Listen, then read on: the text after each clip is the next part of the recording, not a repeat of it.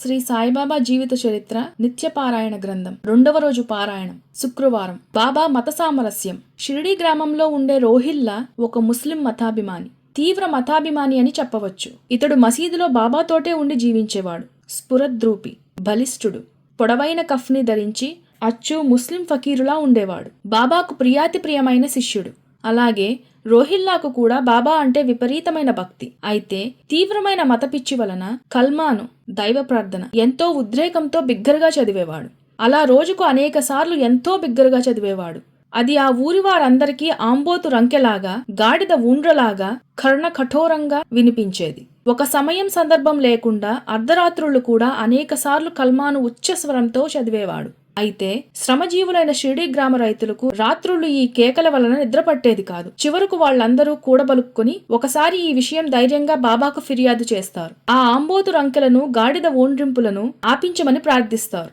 అయితే ఈ కల్మా మహమ్మదీయ మతంలో ప్రత్యేకత కలది. అసలు మహమ్మదీయ మతం కొండలు కోనల్లో పుట్టిందంటారు. ఆ రోజుల్లో ప్రజలందరూ దూరదూరంగా నివసించేవారు. ప్రజలందరికీ తమ సందేశం వినిపించాలనే సత్సంకల్పంతో ఆనాటి మహమ్మదీయులు అలా అరిచేవారు. రాను రాను అది ఆచారంగా మారిపోయింది. ఈనాడు మనం సాయిబాబాకు ఇస్తున్న హారతుల చివర రాజాది రాజ యోగిరాజ పరబ్రహ్మ శ్రీ సాయినాథ్ మహారాజ్ అని కల్మా రూపంలోనే సాయినాథుని ప్రార్థిస్తాం. కల్మా సాయిబాబాకి అత్యంత ప్రీతిపాత్రమైనది. సాయి ఆదేశాల మేరకే, అభీష్టం మేరకే హారతులు చివర ఇది జోడించటం జరిగింది. ఖురానును క్షుణ్ణంగా అభ్యసించిన బాబాకు, జ్ఞాని అయిన బాబాకు రోహిల్లా కేకలు శ్రవణానందంగా ఉండేవి. అలా రోహిల్లా అరవకుంటే ఆ రాత్రి బాబాకు సరిగ్గా నిద్రపట్టేది కాదు. అయితే హిందూ దేవాలయాల్లో కూడా మనం గుడికి వెళ్లగానే గంట వాయించటం అనాది నుంచి ఆచారంగా వస్తున్నది. ఇలా గుడికి వచ్చిన ప్రతి ఒక్కరూ గంట కొడుతుంటే అది ఇతర మతస్థులకు కర్ణ కఠోరంగా ఉండదా? నమాజు పిచ్చి కూడా అటువంటిదే అని ఎందుకు అనుకోకూడదు? యజ్ఞ యాగాదులలో వేద పారాయణ చేయటం అటువంటిదే కదా. అలాగే బాబా దును చుట్టూ తిరుగుతూ యదే హక్ అని బిగ్గరుగా పరమాత్మని ధ్యానించేవారు. అందుకే అన్నీ తెలిసిన బాబా ఇహ నుంచి ఇటువంటి ఫిర్యాదులు చేయవద్దని గ్రామస్తులను మందలిస్తారు. భక్తి ఆవేశం రోహిల్లాను ఆవహించి పట్టి పీడుస్తుందని చమత్కరిస్తారు. మీ అందరికీ జ్ఞానోదయం అయ్యేటంత వరకు ఇవి భరించాల్సిందేనని హితవు పలుకుతారు. ఈ ఉదంతంతో అసలే హుషారుగా ఉండే రోహిల్లా మరింత రెచ్చిపోయి మరీ బిగ్గరగా ఉద్రేకంగా కల్మా చదివేవాడు. అలా రోహిల్లా బిగ్గరగా అరుస్తుంటే బాబాకు ఖురాను చదివినట్లు, వేద పారాయణ చేస్తున్నట్లు ఉండేదట. మహనీయుల ఆలోచనలు మనకు ఒక పట్టాన అర్థం కావు. బాబా వద్ద ఎప్పుడూ అబ్దుల్లా అనే ఒక పిల్లవాడు ఉండేవాడు. బాబా సమాధి అయ్యేంత వరకు సేవ చేశాడు. అయితే బాబా చివరి క్షణాలలో బాబా కబురు పంపినా కూడా అతడు లేకపోవటం అతని దురదృష్టం. మహమ్మదీయ మతావేశం కలిగిన ఒక ముస్లిం ఒక రాత్రి మసీదులో ఉన్న హిందువులందరినీ చంపేస్తానని బెదిరిస్తాడు. అయితే బాబా ముందుగా తనని చంపి తరువాత హిందువులందరినీ చంపమంటారు. అలాగే ఒక ముస్లిం బాబాను ఏకంగా చంపటానికే వస్తాడు. అయితే బాబా తన చూపులతో అతని శక్తినంతటినీ హరింపజేస్తారు. అతడు క్షమించమని బాబా పాదాలను ఆశ్రయిస్తాడు. ఆ రోజులలో ఇలా షిరిడి మరియు ఉత్తర భారతంలో అనేక చోట్ల హిందూ మహమ్మదీయ మత కలహాలు విపరీతంగా ఉండేవి. సాయిబాబా ఉంటున్న మసీదులోకి హిందువులెవరూ రాకూడదని మహమ్మదీయులు ఆంక్షలు పెడతారు. అందువలన చాలా మంది హిందువులు బాబా వద్దకు వెళ్లటానికి భయపడతారు.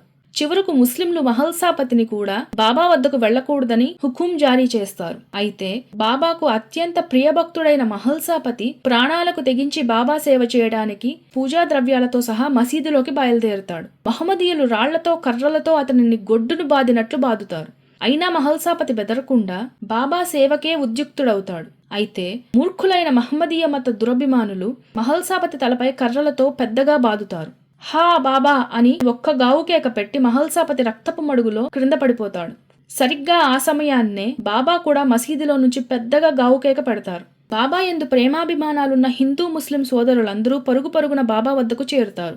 రక్తం మడుగులో ఉన్న బాబాను చూసి అందరూ దుఃఖిస్తారు. అప్పుడు బాబా మహల్సాపతి దెబ్బలను తాను తీసుకున్నానని, హిందూ ముస్లింలు తనకు 2 కళ్ల వంటి వారని, తనకి మతభేదం లేదని, అందరినీ సమానంగా ప్రేమిస్తానని చెబుతారు. ముసల్మానులందరూ బాబా పాదాలపై పడి క్షమాపణలు వేడుకుంటారు. అలా బాబా హిందూ ముస్లింల ఐక్యతకు ఎంతో పాటుపడ్డారు. అలాగే కొంతమంది మతమౌఢ్యులు బాబాని ఆ ఊరి బావుల్లో నీళ్లు త్రాగకూడదని శాసిస్తారు. వాళ్ళందరినీ తన శక్తియుక్తులతో మార్చి వాళ్లకు క్షమాభిక్ష ప్రసాదిస్తారు బాబా. అలాగే కొన్నాళ్లు తనకు భిక్ష దొరకకుండా చేసినప్పుడు వేపాకులు తిని కాలం వెళ్లబుచ్చటం జరిగింది. ఈ విధంగా బాబా హిందూ ముస్లింలు పెట్టిన పరీక్షలను తట్టుకుంటూ వాళ్లలో ప్రేమాభిమానాలను చిగురించేటట్లు చేసి కారణ జన్ములయ్యారు. బాబా హిందువా ముస్లిమా అసలు శ్రీ సాయిబాబా హిందువా ముస్లిమా? కొంతమంది జిజ్ఞాసువులను మరెంతో మంది భక్తులను వేధిస్తున్న ప్రశ్నలివి. నిజానికి నిజమైన సాయి భక్తులెవరూ దీనిని గురించి అంతగా ఆలోచించరు. అయితే శ్రీ సాయి సచ్చరిత్రలు రాసిన మహారచయితల నుండి శ్రీ బాబా సమకాలీనుల అనుభవాల్ని బట్టి, ఆసక్తి కల పరిశోధకులు అందించిన సమాచారాన్ని బట్టి సాయిబాబా హిందువే అని నిర్ద్వందంగా చెప్పవచ్చు. బాబా జీవితాన్ని గనుక పరిశీలించినట్లయితే ఆయన హిందూ మతాచార సంపన్నుడుగా కనిపించేవారు. హిందువుల ప్రధాన పండుగలైన శ్రీరామనవమి, కాలహిండి, శ్రీకృష్ణాష్టమి వంటివన్నీ స్వయంగా దగ్గరుండి జరిపించేవారు. హిందువుల ఆచారాలకు అనుగుణంగా తన 2 చెవులు కుట్టించుకున్నారు. నిత్యాగ్నిహోత్రంగా వెలిగే దుని, అందులో నుంచి తీసిన ఊది పవిత్ర ప్రసాదంగా పంచేవారు. అంతేకాదు తిరగలలో విసరటం, శంఖాన్ని ఊదటం, ఆయన స్వయంగా భజన చేస్తూ నాట్యం చేయటం మొదలగునవి అన్నీ ఆయన హిందువనే వాదనను బలపరుస్తున్నాయి. అయితే హిందువైన బాబా పసితనంలో ఫకీరు ఇంట్లో పెరగటం వలన ముస్లిముల ఆచార్య వ్యవహారాలు వంటబట్టాయి. అందుకే సద్బ్రాహ్మణుడైన బాబా స్వయంగా మాంసం వండటమే కాకుండా భుజించారని కూడా కొంతమంది సమకాలీనికుల కథనం. అయితే బాబా శాకాహారులతో మాంసాహారాలనెప్పుడూ కలిపేవారు కాదు. బాబా తన మతం కబీరు మతం అన్నారు. ఒక వంక హిందూ మతాచారాలను పాటిస్తూ, మరో ప్రక్క మహమ్మదీయుల మతాచారాలను ఆచరిస్తూ బాబా హిందూ ముస్లింల ఐక్యతకు కారణమయ్యారు. వాళ్లను ద్వేష మార్గంలో నుంచి ప్రేమ మార్గంలోకి నడిపించారు. హేమాడ్ పంత్ను అనుగ్రహించిన బాబా. మొట్టమొదటిసారిగా బాబా అనుమతితో, సంపూర్ణ అనుగ్రహంతో సాయిబాబా జీవిత చరిత్ర రాసిన హేమాడ్ పంత్ 1916లో ఉద్యోగం నుంచి రిటైర్ అయినారు. అయితే అప్పటి వరకు ఎంతో గౌరవంతో బ్రతికిన హేమాడ్ పంత్కు ఆ పెన్షన్ డబ్బుతో జీవితం వెళ్లదీయటం దుర్లభమని తోస్తుంది. అందుకే రిటైర్ అయిపోగానే గురు పౌర్ణమి నాడు బాబా ఆశ్రయం కోసం షిరిడీ వస్తాడు. అతనికి అత్యంత ఆప్తుడైన అన్నా చించణేకర్ హేమాడ్ పంత్ భయాందోళనలను బాబా ముందుంచుతాడు. కరుణార్థ హృదయుడైన బాబా హేమాడ్ పంత్కు అన్నపానీయాలకు ఎట్టి లోటు ఉండదని అభయమిస్తారు. త్వరలోనే అతనికి మరో ఉద్యోగం రాగలదని, అయితే అతను ముందుగా తన అహంకారాన్ని బాబా ముందుంచాలని హెచ్చరిస్తారు. సాయిని సంపూర్ణ శరణు కోరిన వారి జీవితాలకు ఎటువంటి కష్టనష్టాలు ఉండబోవని హామీ ఇస్తారు. ఎంతో భక్తి విశ్వాసాలతో, వినయ విధేయతలతో తన పూజ చేయాలని, ఆ పూజలో ఎట్టి కల్మషాలు ఉండరాదని అంటారు. అంతేకాదు ప్రతి ప్రాణి ఎడల గౌరవ మర్యాదలతో మెలగాలని, ముఖ్యంగా నాస్తికులు స్వలాభం కోసం అనేక వేషాలు, మోసాలు చేస్తారని, వారి ఎడ అప్రమత్తంగా ఉండాలని అంటారు. గురువును సాక్షాత్తు పరబ్రహ్మ స్వరూపంగా భావించి హృదయపూర్వకంగా తన తనువు, మనసు అర్పించాలని, అలా శిష్యుడు గురువులో లీనమైపోతాడంటారు. అటువంటి నిర్మలమైన ప్రేమకు సద్గురువైన సాయి భగవానుడు భక్తులకు దాసుడవుతారు. అంతేకాకుండా హేమాడ్ పంత్ ఎట్టి వివాదాలలో తలదూర్చకూడదని, తర్కం చేయకూడదని అంటారు. బాబా చెప్పిన ప్రకారం హేమాడ్ పంత్ కొంతకాలం మరో చిరుద్యోగం చేసి చివరకు బాబా పాదాల చెంతకు వచ్చి బాబాకు సర్వస్య శరణాగతుడవుతాడు. తన జీవిత సర్వస్వం బాబాకు అంకితం చేస్తాడు. బాబా సంపూర్ణ అనుమతితో సాయిబాబా జీవిత కథను శ్రీ సాయి సచ్చరిత్ర పేరుతో తన సహజ కథా స్రవంతిలో పదాలతో ప్రబంధంగా మరాఠీ భాషలో అత్యంత హృదయరంజకంగా, భక్తి పారవస్యంగా రాశారు. శ్రీ సాయిబాబా జీవించి ఉండగానే మొదలుపెట్టిన ఆ సచ్చరిత్ర మొత్తం 52 అధ్యాయాలు 1929 జూన్లో పూర్తి చేశాడు. కానీ ఆ మహాకావ్యం ప్రచురణకు ముందే, అంటే 1929 జూలై 15న బాంద్రాలో స్వర్గస్థుడయ్యారు. ఎంతో భక్తి విశ్వాసాలతో శ్రీ సాయి సచ్చరిత్ర మహాప్రబంధాన్ని రచన ప్రారంభించిన రోజు అంతులేని ప్రేమాభిమానాలతో సాయిబాబా అతనికి ఊదీ ప్రసాదాలను అందజేస్తారు. హేమాడ్ పంత్ తలపై ప్రేమగా నిమిరి ఆశీర్వదిస్తారు. ఆ సమయానికి అక్కడే ఉన్న శ్యామతో బాబా తన అవతారం సార్థకమైందన్నారు. అలా మొట్టమొదటిసారిగా సాయిబాబా తనది అవతారమని ప్రపంచానికి తెలియజేశారు. అలా తన జన్మ బాబా కృపా కటాక్షణాల వల్ల ధన్యం చేసుకుంటాడు హేమాడ్ పంత్ ఉరుఫ్ అన్నా సాహెబ్ దబోల్కర్. అలా 1859 సంవత్సరంలో ఒక పేద ఆద్యగౌడ బ్రాహ్మణ కుటుంబంలో జన్మించిన అన్నా సాహెబ్ దబోల్కర్ సాయిబాబా సమాధి చెందిన తరువాత కూడా తన జీవితాన్ని షిరిడీలోనే కొనసాగించారు. బాబా మహాసమాధి 1918 అయిన పిమ్మట షిరిడీ సంస్థానను తను మరణించు వరకు, అంటే 1929 వరకు పంత్ ఎంతో చాకచక్యంగా నడిపించారు. ఆయనకు భార్య, ఒక కుమారుడు, 5 కుమార్తెలు కలరు. బాబా బోధనలు సాయితత్వం. సాయిబాబా అప్పటికే ప్రచారంలో ఉన్న భక్తి, కర్మ, జ్ఞాన మార్గాలను మేళవించి ఒకే మార్గంలో అవి ఆచరించటం సామాన్యులకు కూడా సాధ్యమేనని నిరూపించారు. బాబా సనాతన దురాచారాలనెన్నటికీ ఆచరించలేదు. ఆ ఆచారాలను ప్రోత్సహించలేదు. వాటికి అతీతంగా మెలిగారు. ఏకాదశపు ఉపవాసాలను, తిథి, వార, నక్షత్రాల బలాబలాలను, ఇంకా ఇతర సనాతన ఆచారాలను ప్రోత్సహించలేదు. బాబాకు ఉపవాసం చేయటం అంటే పరమ అసహ్యం. ఇప్పుడు బాబా భక్తి పేరుతో గురువారం ఉపవాసం చేస్తున్నారు. ముఖ్యంగా సోదరీమణులు ఈ విషయం గురించి ప్రత్యేకంగా ఆలోచించాలి. ఆత్మవిమర్శ చేసుకోవాలి. సాయి తత్వాన్ని అర్థం చేసుకోవడానికి ప్రయత్నించాలి. ముఖ్యంగా బాబాకు అత్యంత ప్రీతిపాత్రమైన గురువారాన్ని బాబా అభీష్టానికి విరుద్ధంగా ప్రవర్తించడం మానుకోవాలి. నిజమైన బాబా భక్తులుగా జీవనయాత్ర సాగించాలి.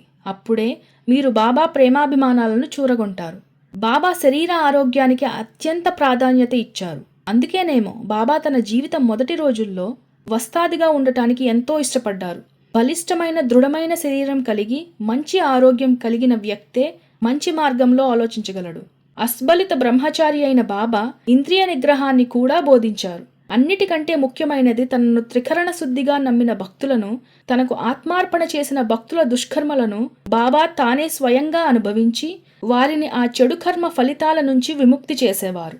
బాబా కొందరికి తన చూపుతో, మరికొందరికి తన స్పర్శతో, ఇంకా ఊదితో వాళ్ల బాధలను, వాళ్ల కర్మఫలాలను తొలగించి అవి తానే అనుభవించేవారు.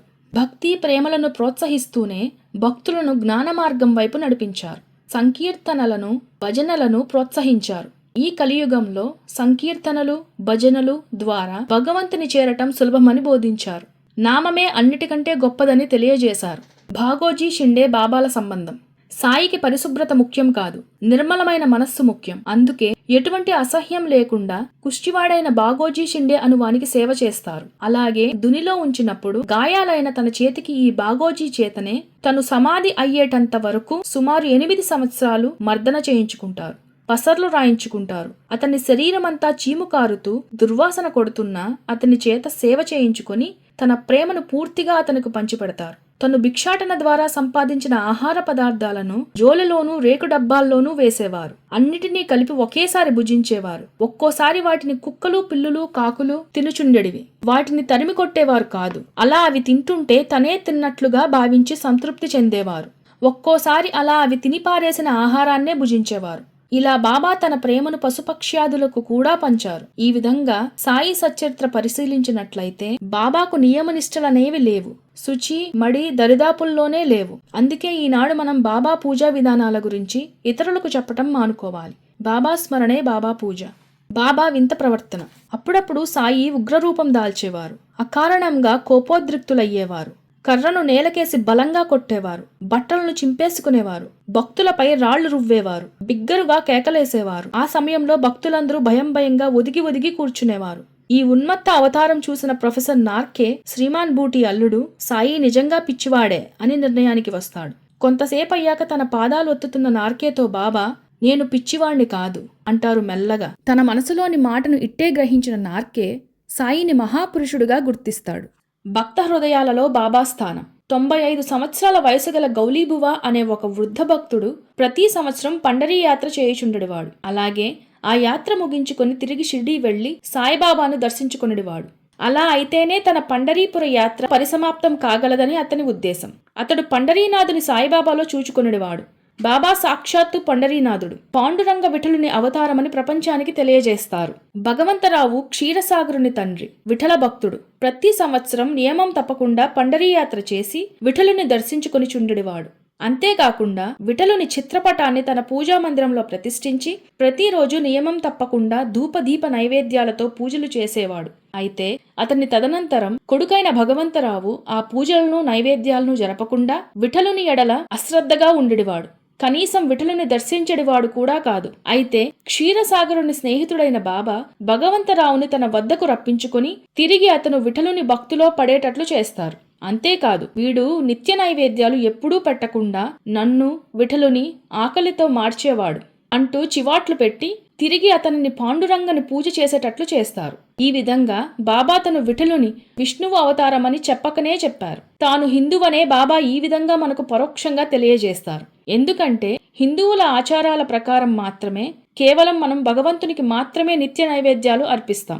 బాబాకు హిందూ దేవాలయాలన్నా ఎంతో ప్రీతి, మరెంతో గౌరవం. అప్పటికే షిరిడీలో ఉన్న పాడుబడ్డ దేవాలయాలన్నిటినీ పునరుద్ధరణ గావిస్తారు. తన భక్తుల వద్ద నుండి స్వీకరించిన దక్షిణతో తాత్యా పాటిల్ సహాయంతో ఎన్నో రూపాయలు ఖర్చు పెట్టి గణపతి, శని, శంకర, పార్వతి, గ్రామదేవత, మారుతి దేవాలయాలన్నిటినీ మరమ్మత్తు చేపిస్తారు. అలా భక్తులు తనకిచ్చిన దక్షిణ కొంత పేదలకిచ్చి, కొంత ఈ విధంగా భగవత్ అర్పణ చేసేవారు. లోకమాన్య బాలగంగాధర్ తిలక్ రాసిన గీతా రహస్యం అనే భగవద్గీత గ్రంథాన్ని, ఈ గ్రంథం ఆశాంతం చదువు, నీకు శుభం కలుగుతుంది అని ఆ గ్రంథాన్ని బాబాసాహెబ్ జోగ్కిచ్చి ఆశీర్వదిస్తారు బాబా.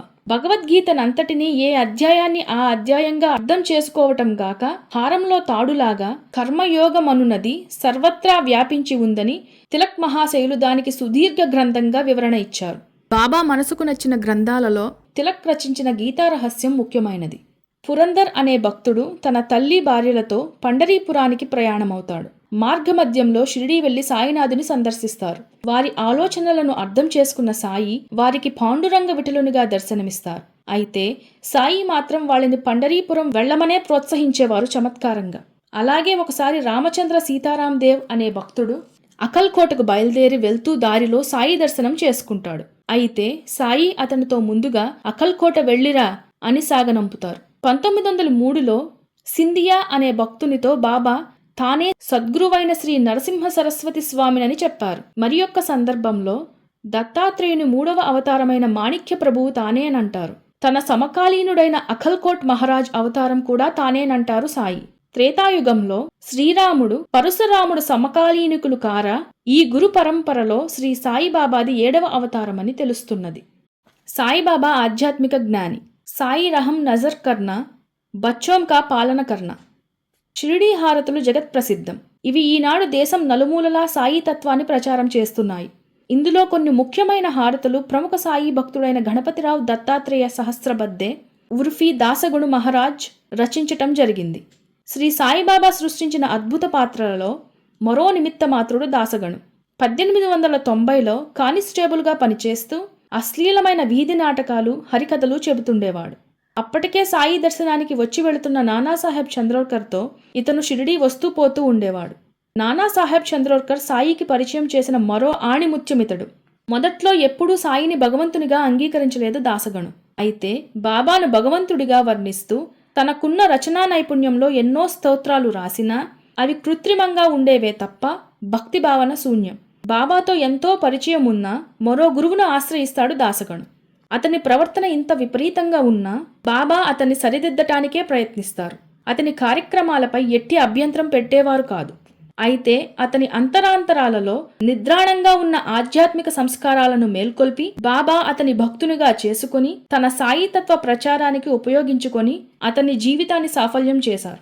అంతేకాదు అతన్ని ఎన్నో ప్రమాదాల నుంచి కాపాడారు. 1903లో అతను ఉద్యోగ విరమణ చేసిన తర్వాత దాసగణకు అన్నీ తానే అయి పోషించారు సాయిబాబా. తన మధుర కంఠంతో హరికథలు చక్కగా చెప్పేవాడు. ఎప్పుడూ బాబా ఫోటోను తన ప్రక్కగా పెట్టుకుని మొదటిగా పూజించేవాడు. అతను చెప్పే హరికథలకు కనీసం 2-3 వేల మంది పైగా వచ్చేవారు. వారందరికీ బాబా లీలలు చెప్పేవాడు. సాయి తత్వాన్ని ఉపదేశించేవాడు. అలా వేల కొలది మందిని షిరిడీ దర్శనానికి వచ్చేటట్లు చేశాడు దాసగణు. అలా వచ్చిన వారందరూ సాయి భక్తులుగా మారటంలో ఆశ్చర్యమేమున్నది? ఇతరులు సామాన్యంగా అర్థం చేసుకోలేనివి ఇతను అద్భుతంగా అవగాహన చేసుకునే మహత్తర శక్తిని దాసగణుకు ఇచ్చారు సాయి. గంగా, గోదావరి నదులను సందర్శించి పవిత్ర స్నానాలను ఆచరించాలనుకునే దాసగణుకి అట్టి పవిత్ర జలాలను తన పాదాల వద్దే సృష్టించి తానే పరమశివుడను, మహావిష్ణువను అన్న అనుభూతిని కలిగించారు. ఉత్సవాలప్పుడు చెప్పబడే హరికథను బాబా ఆదేశంపై దాసగణు సుమారు 50 సంవత్సరాల పాటు కొనసాగించారు. ఇతను రచించిన పుస్తకాలను ఆ రోజుల్లోనే ముంబై యూనివర్సిటీ వారు పాఠ్యాంశాలుగా పట్టడం జరిగింది. అతను సంత కథామృతం, అర్యాచీన భక్త లీలామృతం, భక్త పారామృతం మొదలగు అనేక గ్రంథాలు రచించి వాటిలో శ్రీ సాయి లీలలు, జీవితం గురించి 7 అధ్యాయాలు రాశాడు. మొట్టమొదట సాయిబాబా జీవితాన్ని గ్రంథస్థం చేసిన ఘనత దాసగణుకే దక్కింది. జ్ఞానదేవుడు రాసిన అత్యంత కఠినమైన అమృతానుభవంపై వ్యాఖ్యానాన్ని ఇతడు సాయి కృపతో రాయగలిగాడు. సాయి ఇతన్ని ప్రేమగా దాసగణు అని పిలుచుకునేవారు. శ్రీ సాయిబాబా కృపతో అత్యంత జటిలమైన ఈశావాస్యోపనిషత్తును సరళమైన భాషలో సామాన్య జనులకు అర్థమైన రీతిలో వ్యాఖ్యానించగలిగాడు. ఈ విషయంలో తమాషాగా కాకాసాహెబ్ దీక్షిత్ పనిపిల్ల మల్కర్ని ద్వారా ఈశావాస్యోపనిషత్తు సారాంశాన్ని బోధపడేటట్లు చేయగలిగారు సాయి. ఈ ప్రపంచమంతా ఈశ్వరుని మాయతో కప్పబడి ఉంది. బాహ్యంగా ఉన్న వాటిని స్వీకరించటంతో కాక వాటిని తిరస్కరించటంతో ఆనందాన్ని అనుభవించాలి. ఉన్న దాంట్లో కాదు, లేని దాన్ని తలుచుకుంటూ కూడా సంతోషం పొందాలి. భగవంతుడిచ్చిన దానితో తృప్తి చెందాలన్న ఈ ఉపనిషత్తు సారమంతా ఆ పనిపిల్లతో ఆ విధంగా దాసగణకు చెప్పిస్తారు సాయిబాబా. ఈశావాస్యోపనిషత్తు వేద వాజ్మయంలో విశిష్టమైన గ్రంథం. కేవలం 18 శ్లోకాలే ఉన్న అతి చిన్న గ్రంథం. ఆ కొద్దిలోనే వేదాంత సారమంతా నిమిడీకృతమైంది. దీన్ని ఆధారం చేసుకుని బృహదారణ్యకం అనే మరో పెద్ద ఉపనిషత్తు రాయబడిందని పండితుల విశ్వాసం. అందులో వేద సంహితలోని మంత్రాలుండటం వలన దాన్ని మంత్రోపనిషత్తు అని కూడా అంటారు. అలాగే యజుర్వేదంలోని వాజపేయి సంహిత కూడా అందులో ఉండటం వలన దాన్ని వాజపేయి సంహితోపనిషత్తు అని కూడా అంటారు. అందులో జ్ఞాన మార్గాన్ని, కర్మయోగాన్ని సమన్వయం చేసి వివరించారు. ఇన్ని వైదిక సంహితలు ఈ చిన్న గ్రంథంలో చోటు చేసుకోవటం వల్ల మిగిలిన ఉపనిషత్తులన్నిటికంటే దీన్ని శ్రేష్టంగా పరిగణిస్తారు. అందుకే ఆ గ్రంథం దాసగణుని అంత విపరీతంగా ఆకర్షించింది. దాన్ని ఎలాగైనా పూర్తిగా అనుభవించి అర్థం చేసుకుని మరాఠీ భాషలోకి అనువదించి బాబా భక్తులకు అందించాలని చూశాడు. బాబా అనుగ్రహంతో దాన్ని మరాఠీ భాషలోకి అనువదించాడే కానీ అందులో ఉన్న విషయాన్ని పూర్తిగా అవగాహన చేసుకోలేకపోయాడు. అంతేకాదు, దాన్ని ఆచరణ యోగ్యం ఎలా చేసుకోవాలో కూడా అతనికి తెలియరాలేదు. ఎంతో మంది పండితులను, వేదాంతులను ఆశ్రయించాడు. కానీ అతనికి సరి అయిన సమాధానం దొరకలేదు. తీవ్రమైన అసంతృప్తితో కుమిలిపోయేవాడు. చివరకు సాయిబాబా పాదాలను ఆశ్రయించి ఈశావాస్యోపనిషత్తులోని పరమార్థాల్ని, భావాల్ని సరిగా అనుభవించటానికి వీలైన మార్గం చూపమని ప్రార్థిస్తాడు. బాబా చిరునవ్వుతో, గణు, ఇందులో కఠినతరమైనది ఏదీ లేదు. నువ్వు అనవసరంగా వ్యాకుల పడుతున్నావు. బొంబాయిలోని వీలే పార్లేలో ఉన్న కాకాసాహెబ్ దీక్షిత్ ఇంట్లో ఉన్న పనిపిల్ల నీ సందేహాలకు చక్కటి పరిష్కార మార్గం చూపుతుంది అంటారు. మహా పండితులకే బోధపడని ఈశావాస్యోపనిషత్తు సారాన్ని, భావాన్ని ఒక సాధారణ పనిపిల్ల చెప్పగలగటం అసంభవం అని చుట్టూ ఉన్న భక్తులు దాసగణతో అనుమానం వ్యక్తం చేస్తారు. అయితే బాబాపై అపార భక్తి విశ్వాసాలున్న దాసగణు, బాబాను సద్గురువుగా నమ్మిన దాసగణు వాళ్ల అభ్యంతరాలను లెక్క చేయకుండా వీలే పార్లే వెళ్లి కాకాసాహెబ్ ఇంట్లో దిగుతాడు. మరునాడు ఉదయం చక్కని గొంతుతో శ్రావ్యంగా పాటలు పాడుతూ వీణుల విందు చేస్తున్న దీక్షిత్ పనిపిల్లను దూరం నుంచే పరిశీలనగా చూస్తాడు. చినిగిన మాసిన బట్టలతో అంట్లు తోముకుంటూ, పని చేసుకుంటూ, ఆ పనిలో తన కష్టాన్ని చూసుకోకుండా కేవలం సంతోషంతో తన పాటలో లీనమవుతూ ఆనందాన్ని అనుభవిస్తూ ఉంటుంది ఆ పనిపిల్ల. ఆశ్చర్యపోతాడు దాసగణు. అంత లేమిలో, అంత శ్రమైక జీవనంలో ఆ పనిపిల్ల అంత సంతోషాన్ని అనుభవించటం దాసగణు హృదయాన్ని కదిలించింది. ఎంతో సంతోషంతో, దయార్ద్ర హృదయంతో ఒక కొత్త ఎర్రచీరను ఆ పనిపిల్లకు ప్రధాన్ ద్వారా బహుకరిస్తాడు దాసగణు. ఆ మరునాడు ఆ పిల్ల దాసగణు ఇచ్చిన ఎర్రచీరను కట్టుకుని అంతే ఆనందంతో నాట్యం చేస్తూ సంతోషాన్ని అనుభవించింది. అయితే మరునాడు ఆ పనిపిల్ల తిరిగి తన మాసిపోయిన చిరుగు చీరనే కట్టుకుని పనిచేయసాగింది. అదే ఆనందం, అదే సంతోషం. ఈ 3 రోజులు ఆమె అనుభవించిన ఆనందాలలో ఏ విధమైన తేడా అగుపించలేదు దాసగణుకు. కష్టసుఖాలు, ఆనంద విచారాలు కేవలం మన మనసు మీదే ఆధారపడి ఉంటాయని, మన మనసుకు సమతా దృష్టిని అలవర్చుకోగలిగిన స్థితికి వెళ్ళగలిగితే ప్రతి పనిలోనూ ఆనందాన్ని అనుభవించగలుగుతామని తెలుసుకోగలిగాడు. అదే ఆత్మానందం, బ్రహ్మానందం. ఆ విధంగా దాసగణు భగవంతుడు ఇచ్చిన దానితో సంతృప్తి చెందాలని, మనకు ఏది అవసరమో అవి భగవంతుడు ఇస్తాడని, ఆ ప్రసాదించేదంతా మన మేలు కొరకేనని గ్రహించగలిగాడు. ప్రతి పనిలో, ప్రతి వస్తువులో భగవంతుని ఆత్మ సాక్షాత్కారాన్ని పొందగలిగాడు. తను ఇన్నాళ్లు అనుభవిస్తున్న అసంతృప్తిని అధిగమించగలిగాడు. ఎక్కడి వీలే పార్లే, మరెక్కడ షిరిడి, బాబా ఎప్పుడూ అక్కడికి వచ్చి ఉండలేదు. ఆ పనిపిల్లని చూసి ఉండలేదు. మరియు వేదాంత ధోరణిని బాబా ఎలా గ్రహించగలిగారు? బాబా సర్వాంతర్యామి. ఆయనకు తెలియని రహస్యమేమున్నది? ఇలా పనిపిల్ల ద్వారా ఉపనిషత్తు సారాన్ని కళ్లకు కట్టినట్లు అనుభవింపజేసిన సాయినాథునికి మనస్సులోనే వేల దండాలు పెట్టుకున్నాడు. ఈ విధంగా బాబా అత్యంత కఠినమైన వేదాంత సారాన్ని అతి సులువుగా తన భక్తులకు బోధించేవారు. వాటిని ఆచరణ యోగ్యంగా చేసేవారు. అలాగే ఒకసారి పండరీనాథుని దర్శనానికి పండరీపురం బయలుదేరిన దాసగణుతో పాండురంగణ్ణి తనలోనే దర్శనం చేసుకోమంటారు. ఆ విధంగా దృష్టాంతరం ఇచ్చిన తర్వాత దాసగణు తన పండరీ యాత్ర మానుకొని సాయిని కొలుస్తాడు. దాసగణును క్షమించిన బాబా. అయితే దాసగణుకు రాధాకృష్ణమాయి అంటే విపరీతమైన అసూయ ద్వేషాలు ఉండేవి. ఆమె విధవరాలని, అద్భుతమైన తన సౌందర్యంతో, వాక్చాతుర్యంతో అనేక మందిని ఆకర్షిస్తుందని, అనవసరమైన ఆర్భాటాలు చేస్తుందని అతని ఉక్రోషం. అంతేకాదు, సాక్షాత్తు సాయిబాబా కూడా ఆమె చెప్పినట్లు నడుచుకుంటున్నారని అతని అనుమానం. అందుకేనేమో ఊరేగింపులకు, ఉత్సవాలకు మొదట్లో సాయిబాబా అభ్యంతరం పెట్టినా ఆమె మీద అభిమానంతో, ఆమె మాట మీద గౌరవంతో తిరిగి అంగీకరించారని అతని నమ్మకం. ఈ విషయాలన్నీ దాసగణు షిరిడీ నడివీధుల్లో విమర్శనా రూపంలో అనేక మందితో చెబుతుండేవాడు. అసలు ఈ పిచ్చివాడే సాయిబాబా షిరిడీకి తలనొప్పి సృష్టిస్తుంటే రాధాకృష్ణమాయి ఈ ఉత్సవాలలో ఊరేగింపులతో, నృత్యాలతో, జాతరలతో షిరిడీని అల్లకొల్లోలం చేసి అందరి మతి పోగొడుతుందనేవాడు. షిరిడీ ప్రశాంత వాతావరణానికి భిన్నంగా, అనవసరంగా జనసమర్థం పెరగటానికి ఆమె కారణమని నిందలు వేసేవాడు. బాబా కూడా ఆమె మాటలకు లోబడి, మాయకు లోబడి చందనోత్సవం, జెండా ఉత్సవం, శ్రీరామనవమి మొదలగు ఉత్సవాలన్నీ కలగాపులగం చేసి షిరిడీని చికాకు చేస్తున్నారని చెప్పేవాడు. అలాగే వామనరావు పాటిల్ స్వామి సాయి శరణానందగా ఆ తరువాత సన్యసించాడు. లాంటి యువభక్తులతో ఆమె చర్యలు కూడా దాసగణకు నచ్చేవి కావు. ఆమెను ఎప్పుడూ ఈ విధంగా విమర్శించేవాడు, హేళన చేసేవాడు. ఇతర భక్తులు కూడా రాధాకృష్ణమాయి మీద అసూయతో దాసగణు మాటలకు వంత కలిపి ఆమెను గురించి చులకన చేయటం, నీచంగా మాట్లాడటం చేసేవారు. అలాగే దాసగణకు సాయిబాబా గురించి తాను చెబుతున్న హరికథల ప్రభావం వలననే సాయికి విపరీతంగా ప్రచారం జరిగి జనం తండోపతండాలుగా షిరిడీ వస్తున్నారని చెప్పుకునేవాడు. ఇది అంతా తన మధుర కంఠం, హరికథనా ప్రావీణ్యంల మహిమే అని అతని విశ్వాసం.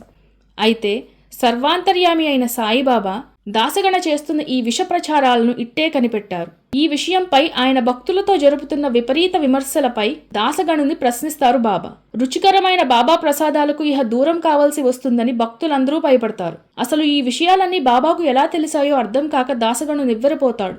దాసగణు, నీ ఒక్కడి వల్లే షిరిడీకి జనప్రవాహం వస్తుందనుకోవటం నీ అజ్ఞానాన్ని తెలియజేస్తుంది.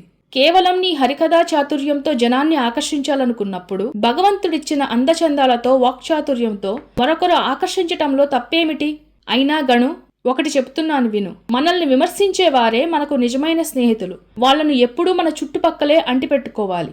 వాళ్ళు తమ విమర్శలతో మనల్ని, మన దోషాల్ని కడిగేస్తూ ఉంటారు అని హితబోధ చేస్తారు. వెంటనే దాసగణు మదిలో ఒక మెరుపు మెరిసినట్లయింది. బాబా పాదాలను ఆశ్రయించాడు. వెంటనే పరుగు పరుగున వెళ్లి రాధాకృష్ణమాయికి క్షమాపణ చెప్పుకున్నాడు. ఆమె చిరునవ్వు నవ్వుతూ, దాసగణు, ఈ దూషణలన్నీ సాయి నాకు ఎప్పుడో తిట్లతో, రాళ్లతో విసిరి సహనం నేర్పారు. అదే గురుబోధగా స్వీకరించి సద్గురువు సాయిబాబా సేవలో తాదాత్మ్యం చెందుతున్నాను. సాయి నన్ను తిట్టినా, కసిరినా అంతకు మించి అపార ప్రేమాభిమానాలతో చూసుకునేవారు. అంతకు మించి ఈ భక్తురాలికి ఇంకేం కావాలి అంటుంది. రాధాకృష్ణమాయికి సాయిబాబా ఎడలగల అపూర్వ భక్తికి దాసగణు ఆశ్చర్యపోతాడు. ఆ క్షణం ఆమెలో సాయిని చూసుకుంటాడు. పశ్చాత్తాపంతో ఆమె పాదాలను అంటబోతాడు. వారిస్తుంది రాధాకృష్ణమాయి. ఆ తరువాత సాయికి సర్వస్వ శరణాగతుడవుతాడు దాసగణు. 1925లో దాసగణు గీత భక్తి సారామృతం ప్రచురింపబడింది. అందులో బాబా గురుదేవులు వెంకూసా గారి వృత్తాంతముంది. 1918 అక్టోబర్ 15 విజయదశమి బాబా శరీరాన్ని త్యజించిన రాత్రి పండరీపురంలో ఉన్న దాసగణుకు స్వప్న దర్శనమొసంగి మసీదు కూలిపోయింది. షిరిడీలో ఉన్న నూనె వర్తకులు నన్ను బాగా కష్టపెట్టారు. వెంటనే షిరిడీ వెళ్లి నా శరీరమంతా పువ్వులతో కప్పు అని ఆదేశించారు. విషణ్ణవదనుడైన దాసగణు తక్షణమే షిరిడీ వచ్చి సాయి పాదాలపై పడి దుఃఖాశ్రవులు కురిపిస్తాడు. సాయి ఆదేశం ప్రకారం తాను స్వయంగా అల్లిన పుష్పమాలికలతో శరీరమంతా కప్పేస్తాడు. ఆ రోజు నుండి బాబాను సమాధి చేసేంత వరకు భగవన్నామస్మరణ చేస్తాడు. తన స్వంత ఖర్చుతో బాబా పేరున అన్నదానం చేస్తాడు. ఆ విధంగా సాక్షాత్తు హనుమంతుని అపర అవతారమైన దాసగణు సాయి సేవలో, సాయి భజనలో, సాయి కీర్తనలతో తన జన్మను చరితార్థం చేసుకుంటాడు. 1903లో మొదటిసారిగా సాయి దర్శనం చేసుకున్న దాసగణు 1918లో సాయి సమాధి తర్వాత కూడా శ్రీ సాయి సంస్థానానికి 40 సంవత్సరాలు సేవ చేసుకుంటాడు. నిరంతరం సాయి సేవలో తదాత్మ్యం చెందిన దాసగణు 1962లో సాయిలో ఐక్యమవుతాడు. బాబా తత్వజ్ఞానము. మానవుడు సంఘజీవి. అతను ఎంతగా ఏకాంత జీవితం కోరుకున్నా చుట్టూ ఉన్న పరిస్థితులు అలా ఉండనివ్వవు. అటువంటిదే సంసార బంధనం కూడా. ఎన్ని కష్ట నష్టాలనైనా ఎదుర్కొంటూ సంసార నౌకను సాగించాల్సిందే. అయితే సాయి లాంటి సద్గురువు మనకు తోడుంటే, మనం అతని మీదే భారం వేస్తే ఆ ప్రయాణం ఎట్టి ఒడిదుడుకులు లేకుండా సాఫీగా సాగుతుంది. లేకుంటే ఇక్కట్లు తప్పవు. అటువంటి సద్గురువు సాయి దర్శన భాగ్యము చేతనే మన పాపాలు పటాపంచలవుతాయి. బాబా మనకు మన బుద్ధిని అనుసరించి అనేక విధాలుగా, అనేక రూపాలుగా కనిపిస్తారు. శ్రీరాముడిగా, శ్రీకృష్ణుడిగా మనకు కనిపిస్తారు. అంతేకాదు ఆత్మ సాక్షాత్కార ఆనందాన్ని కలుగజేస్తారు.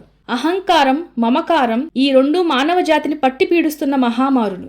భక్తునిలోని అహంకారాన్ని బాబా భరింపలేరు.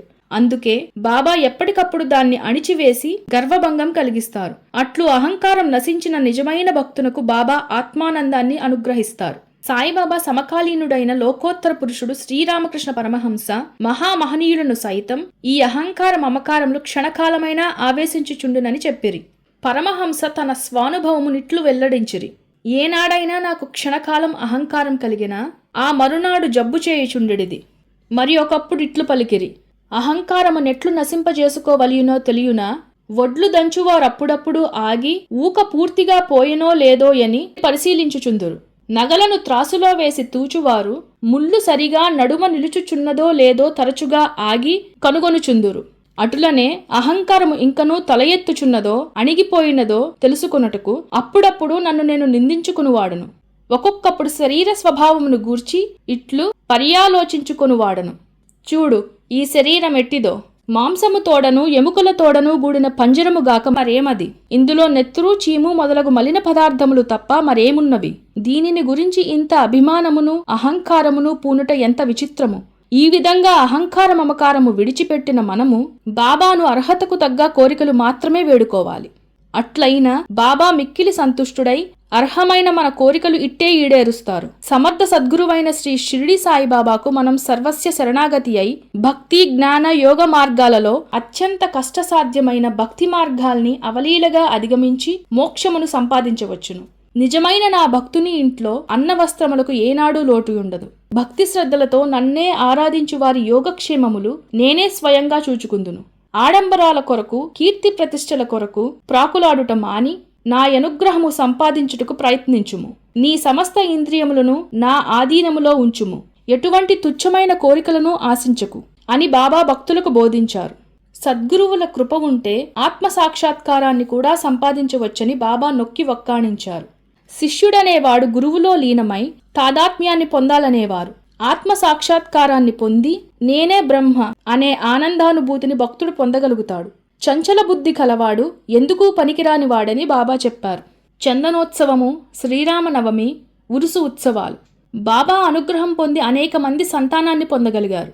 అట్టివారిలో కోపర్గాంలో సర్కిల్ ఇన్స్పెక్టర్గా ఉన్న గోపాలరావు గుండే ఒకడు. తనకు 3 భార్యలుండి కూడా సంతానం కలిగి ఉండలేదు. బాబా ఆశీస్సులతో త్వరలోనే అతను ఒక కొడుకును పొందగలిగాడు. ఆ సంతోషంలో అతను శ్యామ, తాత్య, దాదా కోతే పాటిల్ అనే బాబా ముఖ్య భక్తులతో ఆలోచించి వారి అనుమతితో బాబా ఆశీర్వాదంతో షిరిడీలో మహమ్మదీయుల ఆరాధనోత్సవమైన ఉరుసు ఉత్సవాన్ని జరపాలనుకున్నాడు. అయితే షిరిడీ గ్రామకరణం దానికి అడ్డుపుల్ల వేస్తాడు. కానీ బాబా అనుగ్రహంతో త్వరలోనే 1897లో ఆ ఉత్సవానికి కలెక్టర్ అనుమతి లభిస్తుంది. ఆ ఉత్సవానికి అనేక ప్రాంతాల నుండి వేలాది భక్తులు తరలివస్తారు. షిరిడీలో 2 బావులు ఉండటం వల్ల మంచినీటి సమస్య తలెత్తుతుంది. అందులో ఒక బావి ఎండిపోయింది, మరో బావిది ఉప్పు నీరు. అయితే బాబా మహిమతో ఆ 2 మంచినీటి బావులుగా మారిపోయి సమృద్ధిగా నీరు రావటం జరిగింది. తాత్యా పాటిల్ నీరు తెప్పించే ఏర్పాటు చేయటంతో ఇహ మంచినీటి సమస్య షిరిడీకి శాశ్వతంగా తొలగిపోయింది. బాబాకు శ్రీరాముడు ఇష్టదైవం.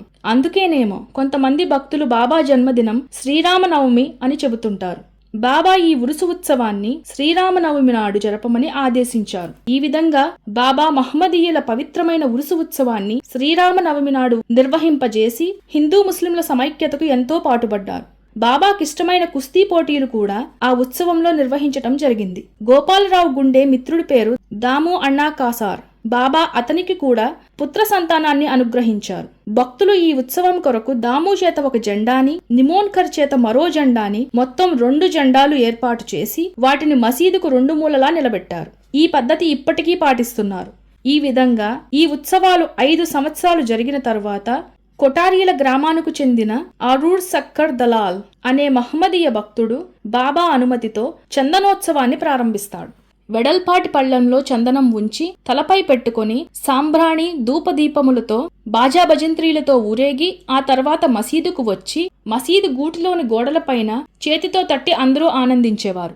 ఈ విధంగా పగలు హిందువుల జెండా ఉత్సవం, రాత్రి మహమ్మదీయుల చందన ఉత్సవం ఎటువంటి కొట్లాటలు లేకుండా 1897 నుంచి 1911 వరకు జరిగాయి. 1912 సంవత్సరం నుంచి శ్రీరామనవమి ఉత్సవాన్ని బాబా చేత చేయించటానికి ఒప్పించారు భక్తులు. బాబా శ్రీరామనవమి నాడే ఈ 3 ఉత్సవాలు జరిపించటం విశేషం. బయట జరిగే అన్ని ఏర్పాట్లు తాత్యా పాటిల్ చూసుకునేవాడు. ఇంటి లోపల జరిగే ఏర్పాట్లన్నీ రాధాకృష్ణమాయి చూసుకునేది. ఆ రోజు ఆమె ఇల్లంతా భక్తులతో కళకళలాడేది. మసీదుకు సున్నం వేయటం, శుభ్రం చేయటం మొదలగు అన్ని పనులు ఆమె దగ్గరుండి చూసుకునేది. అయితే బాబా ఉన్న సమయంలో ఆమె అక్కడకు రావటం బాబాకు ఇష్టముండేది కాదు. అందువలన బాబా రోజు విడిచి రోజు చావడికి వెళ్ళినప్పుడు ఆ సమయంలో ఆ పనులన్నీ చక్కపెట్టేది. అలాగే చావడిని కూడా శుభ్రం చేసేది. ఈ ఉత్సవాలకు విరివిగా అన్నదానం జరిగేది. బాబా అన్న సంతర్పణలు విశేషాలు. ఆ రోజుల్లో అనేక మంది అన్న వస్త్రాలు నోచుకొని నిరుపేదలవటం వలన బాబా ఈ అన్నదాన కార్యక్రమాన్ని స్వయంగా నిర్వహించేవారు. అన్నం స్వయంగా తానే వండేవారు. బజారు నుంచి కావలసిన కాయగూరలు, పాలు మొదలగునవి స్వయంగా తానే తెచ్చేవారు. అన్ని కూరలు, అన్నం తానే వండేవారు. సలసలా కాగుతున్న గంగాళంలో తన చేయి పెట్టి కలయబెట్టేవారు. అలా చేసినా బాబా చేతికి ఏమీ కాకపోవటం ఆశ్చర్యం. తను స్వయంగా వండుటయే గాకుండా రాధాకృష్ణమాయి ఇంట్లో భక్తుల చేత కూడా వండించేవారు. సంపన్నులైన అనేక మంది సాయి భక్తులు ఈ కార్యక్రమంలో పాల్గొనేవారు. బాబా శాకాహారమే గాకుండా మాంసాహారం కూడా స్వయంగా వండేవారు. అయితే భోజన సమయంలో శాకాహారులను, మాంసాహారులను వేరువేరుగా కూర్చుండబెట్టేవారు. స్వయంగా బాబా పాల్గొనే ఈ ఉత్సవాలలో పాల్గొనటానికి జనం తండోపతండాలుగా వచ్చేవారు. సుమారు 9,000 మందితో ప్రారంభమైన ఈ ఉత్సవాలు 1918 వరకు 75,000 మంది వరకు ప్రజలు తరలి వచ్చేవారు. ఏనుగులు, గుర్రాలు, రథాలు, పల్లకీలతో సహా వచ్చి ఈ ఉత్సవాలకు నిండు శోభ తెచ్చేవారు. ఇన్ని వేల మందికి కూడా తాత్యా పాటిల్, రాధాకృష్ణమాయి ఎటువంటి పొరపాట్లు లేకుండా చక్కని ఏర్పాట్లు చేసేవారు. అయితే 1912లో ఈ ఉత్సవాలలో ఒక చిన్న మార్పు జరిగింది. ఆ సంవత్సరంలో ఈ ఉత్సవాలకు ప్రఖ్యాత కవి, గాయకుడు అయిన కృష్ణారావు జోగేశ్వర భీష్మ, దాదాసాహెబ్ ఖపర్దేలతో షిరిడీ రావటం తటస్థించింది.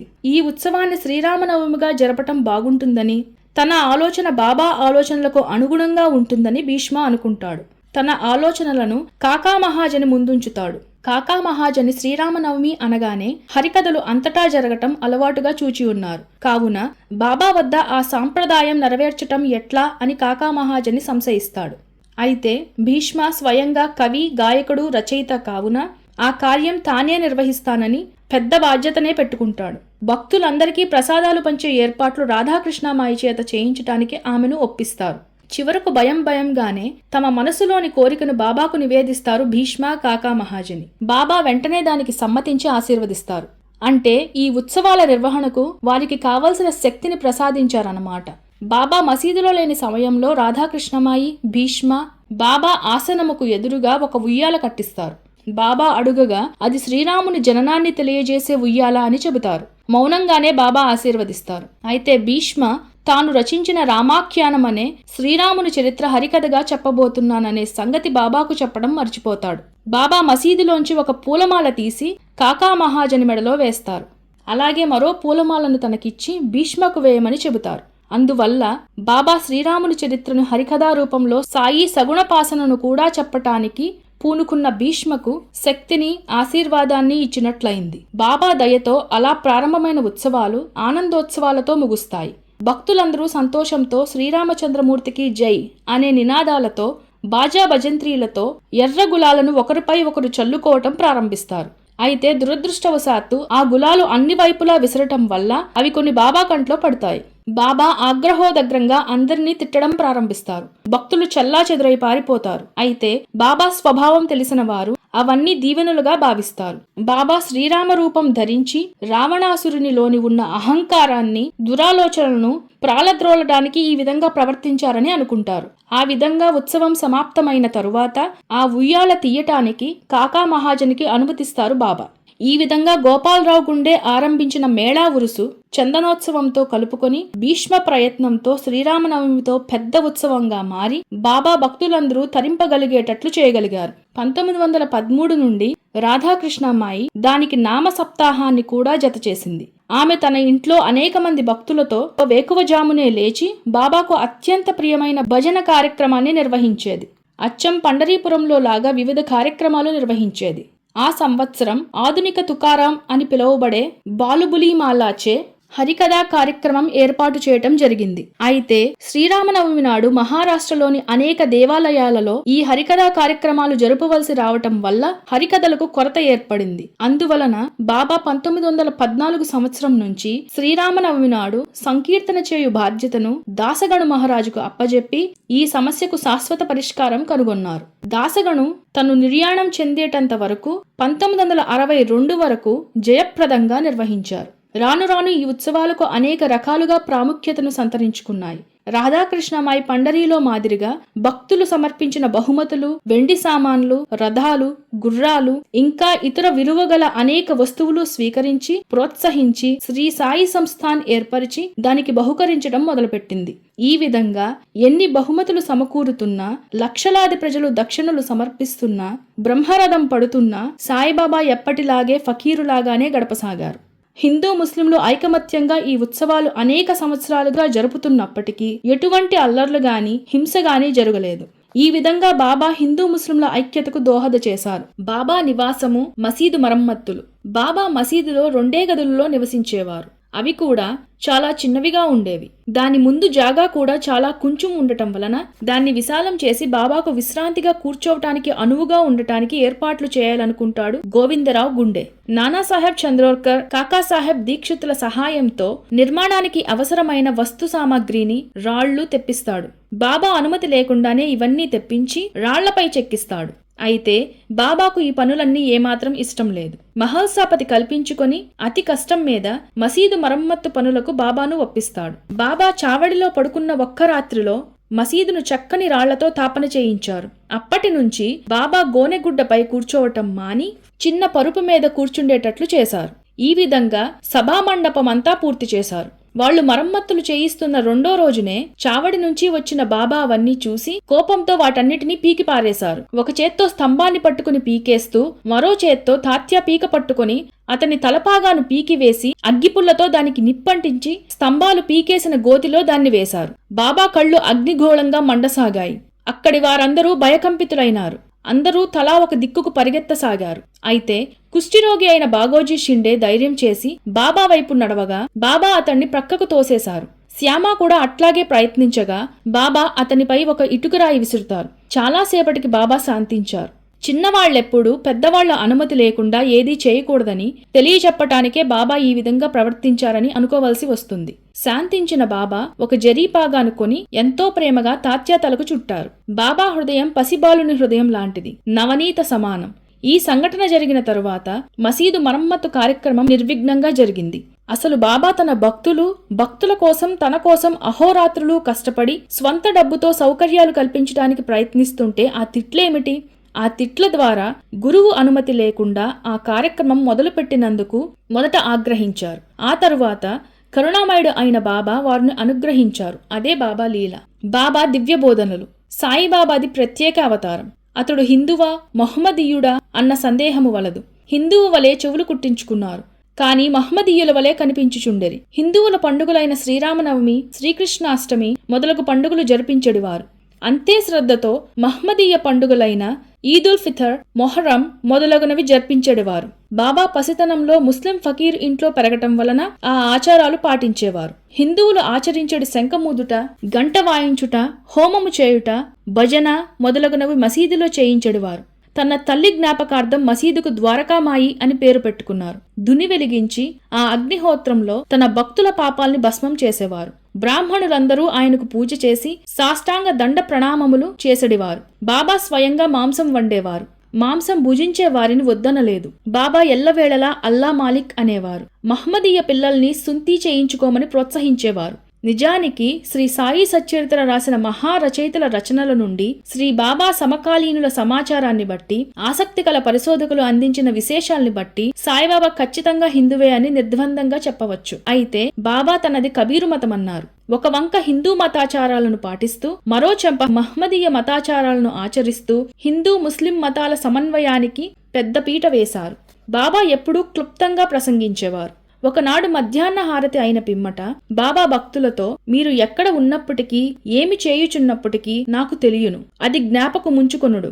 నేను అందరి హృదయములను పాలించువాడను, అందరి హృదయములలో నివసించువాడను. నేను ప్రపంచము నందలి సకల చరాచర జీవకోటి యందు ఆవరించియున్నాను. ఈ జగమును నడిపించు సూత్రధారిని నేనే జగన్మాతను. సృష్టి, స్థితి, లయ కారకుడును నేనే. త్రిగుణముల సామరస్యము నేనే. ఇంద్రియ చాలకుడను నేనే. ఎవరైతే తమ దృష్టి నాపై త్రిప్పెదరో వారికి ఏ హానిగాని బాధగాని కలుగదు. ఎవరైతే నన్ను మరిచెదరో వారిని మాయ శిక్షించును. ఎవరికి నా యందు దృష్టి కలదో వారి యందే నా కటాక్షము కలదు. పురుగులు, చీమలు, దృశ్య మానవ చరాచర జీవకోటి ఎంతయూ నా శరీరమే, నా రూపమే అంటారు. బాబాకు చర్చలన్నా వివాదాలన్నా ఏమాత్రం ఇష్టం లేదు. కుల మతాలతో ఆయనకు సంబంధం లేదు. పేద గొప్ప అనే తారతమ్యం లేదు. పండితుడు పామరుడు అన్న భేదభావాలు లేవు.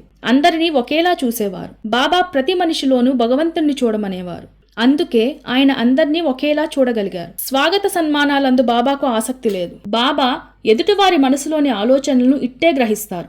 భక్తుల పాపాల్ని, రోగాల్ని తాననుభవించి వారిని కర్మ విముక్తుల్ని చేసేవారు. బాబాని సద్గురువుగా కొలిచి భక్తి విశ్వాసం శ్రద్ధ కలవారికి ఆత్మ సాక్షాత్కారాన్ని కలుగజేసేవారు. బాబా ఏ గురువును యోగిని అవమానపరచలేదు. ఈ విధంగా మనల్ని ఉద్ధరిస్తున్న జగద్గురువైన సాయిబాబాకు అపూర్వ ప్రేమాభిమానాలతో త్రికరణ శుద్ధిగా మన జీవితాలను అర్పించి ధన్యులవుదాం. సాయిబాబా దర్శన భాగ్యంతోటే ప్రజల జీవితాల అదృష్ట రేఖలు మారుచుండెడివి. అందరూ సన్మార్గులుగా మారి సత్ప్రవర్తన అలవర్చుకొనిడివారు. రోగగ్రస్తులు సంపూర్ణ ఆరోగ్యంతో తిరిగి వెళ్లేవారు. కొంతమందికి ఊదీ ప్రసాదంతో బాబా జబ్బులను నయం చేసడివారు. భారతదేశం నలుమూలల నుండి భక్తులు బాబాను దర్శించుకొనిడివారు. బాబా తొలి రోజు వింత వైద్య సేవలు. బాబా తొలి రోజులలో షిరిడీ ప్రజలకు వైద్యుడిగా పరిచయమయ్యారు. వనమూలికలతో తన చేతి చలవతో ఎంతటి మొండి జబ్బునైనా ఇట్టే తగ్గించెడివారు. బాబా హస్తవాసి మంచిదని, బాబా మహాత్ముడని, మహాన్వితుడని షిరిడీ ప్రజలు భావించారు. బాబాపై అపారమైన నమ్మకంతో ఉండేవారు. ఒక భక్తుని కళ్ళు వాచి బాగా ఎర్రబడితే బాబా తనదైన పద్ధతిలో ప్రకృతి ధర్మాలకు విరుద్ధంగా నల్ల జీడిగింజల రసాన్ని దుని ప్రసాదంతో కలిపి 2 మాత్రలు చేసి 2 కళ్లల్లో పెట్టి కట్టుకడతారు. అందరూ ఆశ్చర్యపడే రీతిలో మరునాడు ఆ 2 కళ్ళు మామూలు కళ్ల కన్నా తేజోవంతంగా వెలకటం ప్రారంభిస్తాయి. బాబా చేసిన మహిమలు ఇటువంటివి కొల్లలు కొల్లలు. అమరావతి నివాసియగు ఖపర్దే భార్య లక్ష్మీబాయ్ బాబా మీద భక్తితో తన చిన్న కొడుకుతో సహా షిరిడీలో చాలా రోజులు ఉండిపోయింది. ఒకరోజు అనుకోకుండా ఆమె కొడుకు విపరీతమైన జ్వరం తగిలి అది ప్లేగుగా మారిపోయింది. ఆమె భయంతో బాబా వద్దకు వెళ్లి తన మొరను వినిపించుకుంది. కరుణామూర్తి అయిన బాబా అది విని ప్రస్తుతం ఆకాశం మేఘావృతమయ్యి ఉంది, త్వరలోనే అంతా చక్కబడగలదు అని తనదైన రీతిలో చెప్తారు.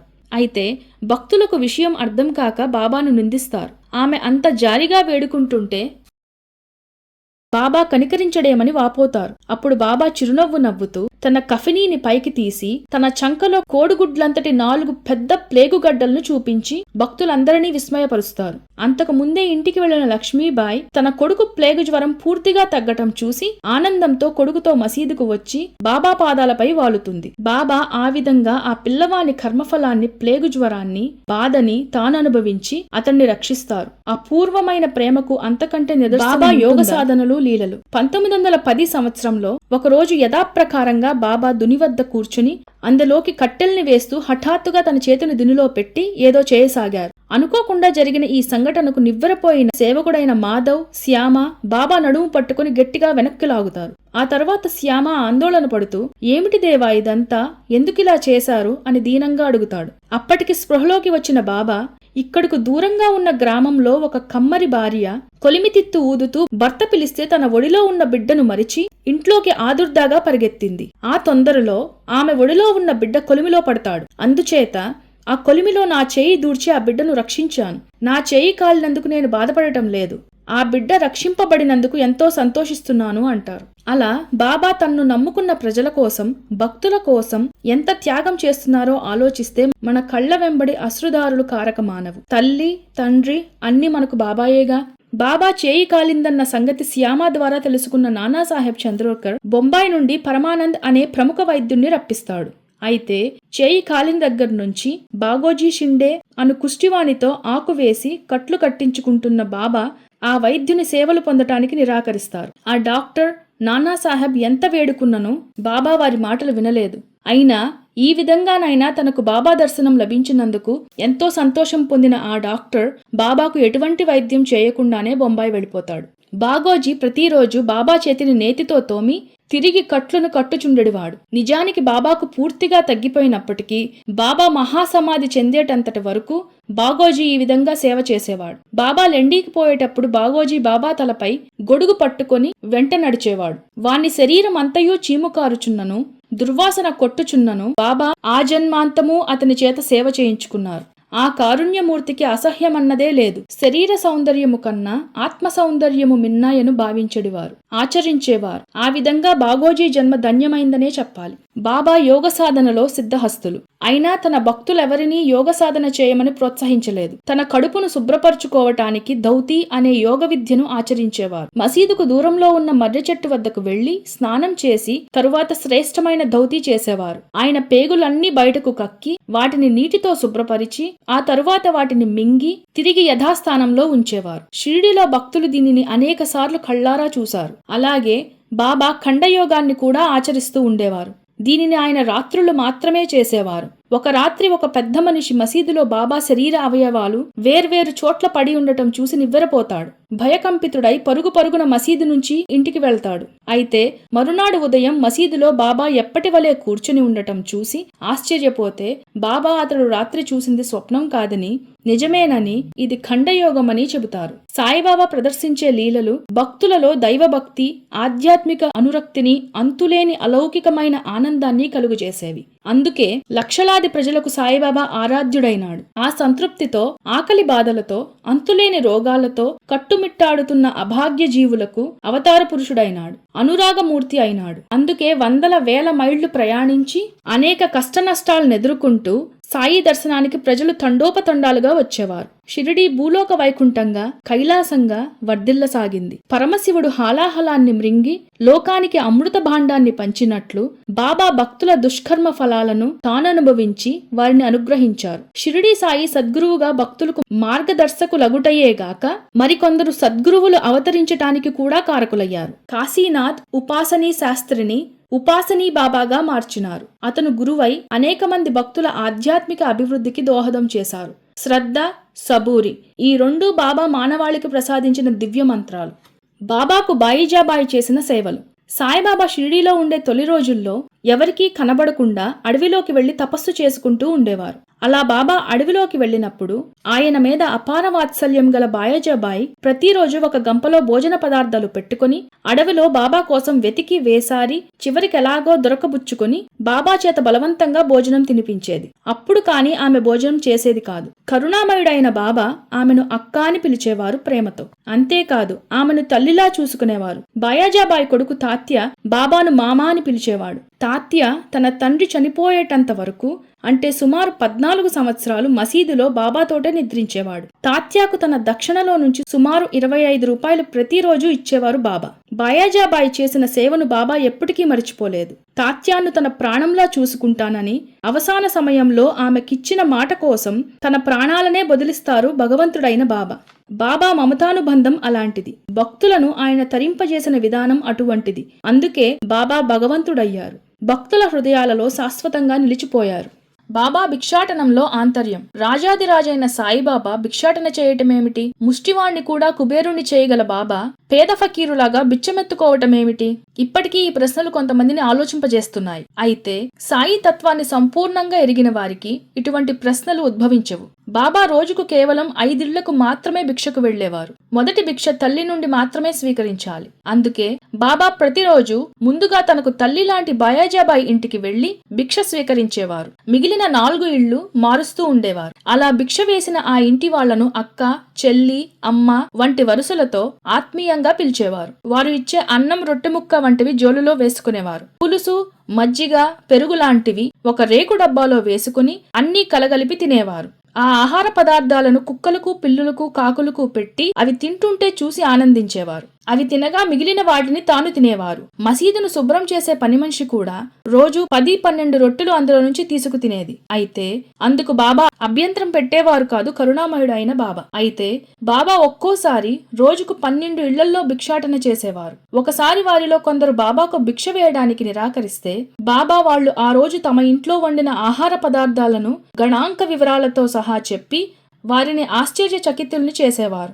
వారి ప్రేమకు పాత్రులై తిరిగి వారు భిక్ష వేసేటట్లు చేసేవారు. ఈ విధంగా బాబా షిరిడీ ప్రజల పాప ఫలాలను భిక్ష రూపంలో తాను స్వీకరించి వాటిని తాను జీర్ణించుకొని వారి పాపాలను ప్రక్షాళన చేసేవారు. వారిని పునీతుల్ని చేసేవారు. ఈ విధంగా షిరిడీ గ్రామ ప్రజలు పాప విముక్తులైనారు. బాబా భక్తులను పునర్జీవితులను గావించుట. షిరిడి సాయిబాబా మరణించిన వారిని తిరిగి బ్రతికించినట్లు తెలుస్తున్నది. దేల్గన్కార్ నివాసి అయిన జోషి కుమార్తె మలాన్ బాయ్ భయంకర క్షయవ్యాధితో అన్ని ఆశలు వదులుకొని బాబా దర్శనానికి షిరిడి వస్తుంది. బాబా ఆమెకు కొంచెం మంచినీరు ఇచ్చి ఇక ఆమెకు ప్రాణభయం లేదని అభయమిస్తారు. ఆమెకు మసీదుకు సమీపంలోనే బస ఏర్పాటు చేస్తారు. అయితే ఒకరోజు బాబా చావడికి వెళ్లిన సమయంలో ఆ జబ్బు ఉధృతమై డాక్టర్లు పరీక్షించి ఆమె మరణించిందని ధృవీకరిస్తారు. అయితే సరిగ్గా ఆ సమయంలో చావడిలో ఉన్న బాబా ఎవరినో అరుస్తున్నట్లు కొడుతున్నట్టు ప్రవర్తించారని, ఆ తరువాత మలాన్ బాయికి హఠాత్తుగా స్పృహ వచ్చి బ్రతికినట్లు తెలుస్తున్నది. మృత్యుదేవత ఒడి నుంచి బాబా తనను కాపాడినట్లు ఆమె తెలియజేస్తుంది. బాబా బూటీకి చేసిన వింత వైద్యం. ఒకసారి శ్రీమాన్ బూటీకి కలరా సోకగా బాబా వద్దకు పరిగెడతాడు. బాబా అతనికి లోక విధానానికి విరుద్ధంగా పాలలో బాదం పప్పు పిస్తా పప్పు కలిపి త్రాగిస్తారు. నిజానికి ఇలా చేస్తే వ్యాధి ముదురుతుందే కాని తగ్గదు. అయితే బాబాపై అపార విశ్వాసం గల బూటీ ఆ పాలు త్రాగిన మరుక్షణం కలరా వ్యాధి నివారణ అవుతుంది. అలాగే ఒకసారి బాబా దత్ పంత్ అనే భక్తుడికి 15 సంవత్సరాలుగా ఉన్న జీర్ణావయవ వ్యాధిని కేవలం తన స్పర్శతోనే నయం చేస్తారు. పూనా నివాసి అయిన ఒక బాలికకు పక్షవాతం వచ్చి కాళ్లు చచ్చుబడి నడవలేని స్థితిలో ఉన్న ఆమెను ఆమె తల్లిదండ్రులు ఆఖరి ప్రయత్నంగా సాయిబాబా వద్దకు తీసుకువస్తారు. బాబా ఆమెను ఆశీర్వదించి కొద్ది రోజులలో మామూలు స్థితికి రాగలదని చెప్పారు. అలాగే ఆ అమ్మాయి ఆశ్చర్యకరంగా 8 రోజులలో అందరిలా నడవగలిగింది. ఇదే విధంగా రైల్వేలో పనిచేస్తున్న గయామ్ సింగ్ భార్య పక్షవాతం బాబా పూర్తిగా నయం చేయగలిగారు. బాబా దివ్యజ్ఞానం. రహతా నివాసి అయిన కుబేరుడైన కుశాల్ చంద్ బాబాని అవతార్ పురుషుడుగా ఆరాధించేవాడు. ఇతనిని అమితంగా ప్రేమించిన బాబా అప్పుడప్పుడు ఇతనిని కలుసుకొని చర్చలు జరపటం కోసం రహతా వెళ్లి వస్తూ ఉండేవారు. బాబా అలా రహతా వచ్చినప్పుడు కుశాల్ చంద్ రహతా గ్రామ ప్రజలు వెంటరాగా బాజా భజంత్రీలతో ఊరేగింపుగా గ్రామంలోని తన ఇంటికి తీసుకువెళ్లేవాడు. ఎంతో ప్రేమగా ఉచితాసనం ఇచ్చి ఎంతో ప్రేమగా భోజనం తినిపించేవాడు. బాబా కుశాల్ చంద్ యోగక్షేమాలు ఎప్పటికప్పుడు కనుక్కునేవారు. ఇదే విధంగా బాబా అప్పుడప్పుడు షిరిడీకి దగ్గరలో గల నీమ్గామ్ అనే గ్రామానికి వెళుతూ ఉండేవారు. ఈ 2 గ్రామాలు తప్ప బాబా మరి ఎక్కడికి వెళ్లేవారు కారు. బాబా తన 80 ఏళ్ల జీవితంలో ఎన్నడూ రైలులో ప్రయాణం చేయలేదు. కనీసం రైలు బండిని చూడనైనా లేదు. కానీ రైళ్ల రాకపోకలు చాలా ఖచ్చితంగా చెప్పేవారు. బాబా సెలవు తీసుకుని ప్రయాణం చేసిన వారికి ఎటువంటి కష్టాలు ఉండేవి కావు. తద్భిన్నంగా ప్రవర్తించేవారు అనేక కష్ట నష్టాలను ఎదుర్కోవలసి వచ్చేది. ఒకసారి తాత్య కొన్ని వస్తువులు తెచ్చుకోవడం కోసం దగ్గరలో ఉన్న కోపర్గాంలోని సంతకెళ్లాలనుకుంటాడు. మసీదుకు వచ్చి అందుకు బాబా అనుమతి కోరుతాడు. అయితే బాబా ఇప్పుడు వెళ్లొద్దు, మంచిగా లేదు అంటారు. అయినా తాత్య బాబా మాటలు పెడచెవి పెట్టి టాంగా తీసుకుని కోపర్గాం బయలుదేరుతాడు. అయితే గుర్రాలు వేగంగా ప్రయాణం చేస్తూ సాపుల్ విహార్ అనే బావి దగ్గర అకస్మాత్తుగా వెనుదిరిగి పడిపోతాయి. అయితే బాబా అనుగ్రహం పరిపూర్ణంగా ఉన్న తాత్య కొద్ది గాయాలతో ఆ ప్రమాదం నుండి బయటపడతాడు. బాబా మాట విననందుకు తగిన శాస్తి జరిగిందనుకుంటాడు. ఇలాగే మరోసారి తాత్య బాబా వద్దంటున్నా వినకుండా టాంగాలో కోల్హాపూర్ బయలుదేరతాడు. అయితే ఆ టాంగాకు ఇదే విధంగా ప్రమాదం జరుగుతుంది. బాబా అనుగ్రహం వల్ల తాత్య ఆ గండం నుండి కూడా క్షేమంగా బయటపడతాడు. ఈ విధంగానే ఒకసారి ముంబైలోని ఒక గొప్ప ఐరోపా విదేశీయుడు బలమైన ఏదో కోరికతో సాయి దర్శనార్థం షిరిడి వస్తాడు.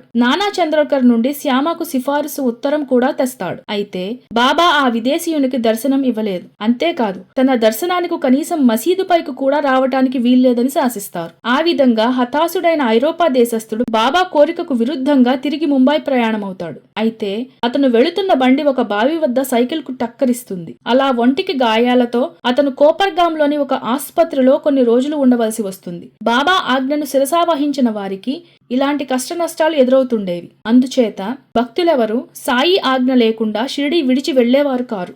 భక్తునికి వింత అనుభవం ఇచ్చిన బాబా.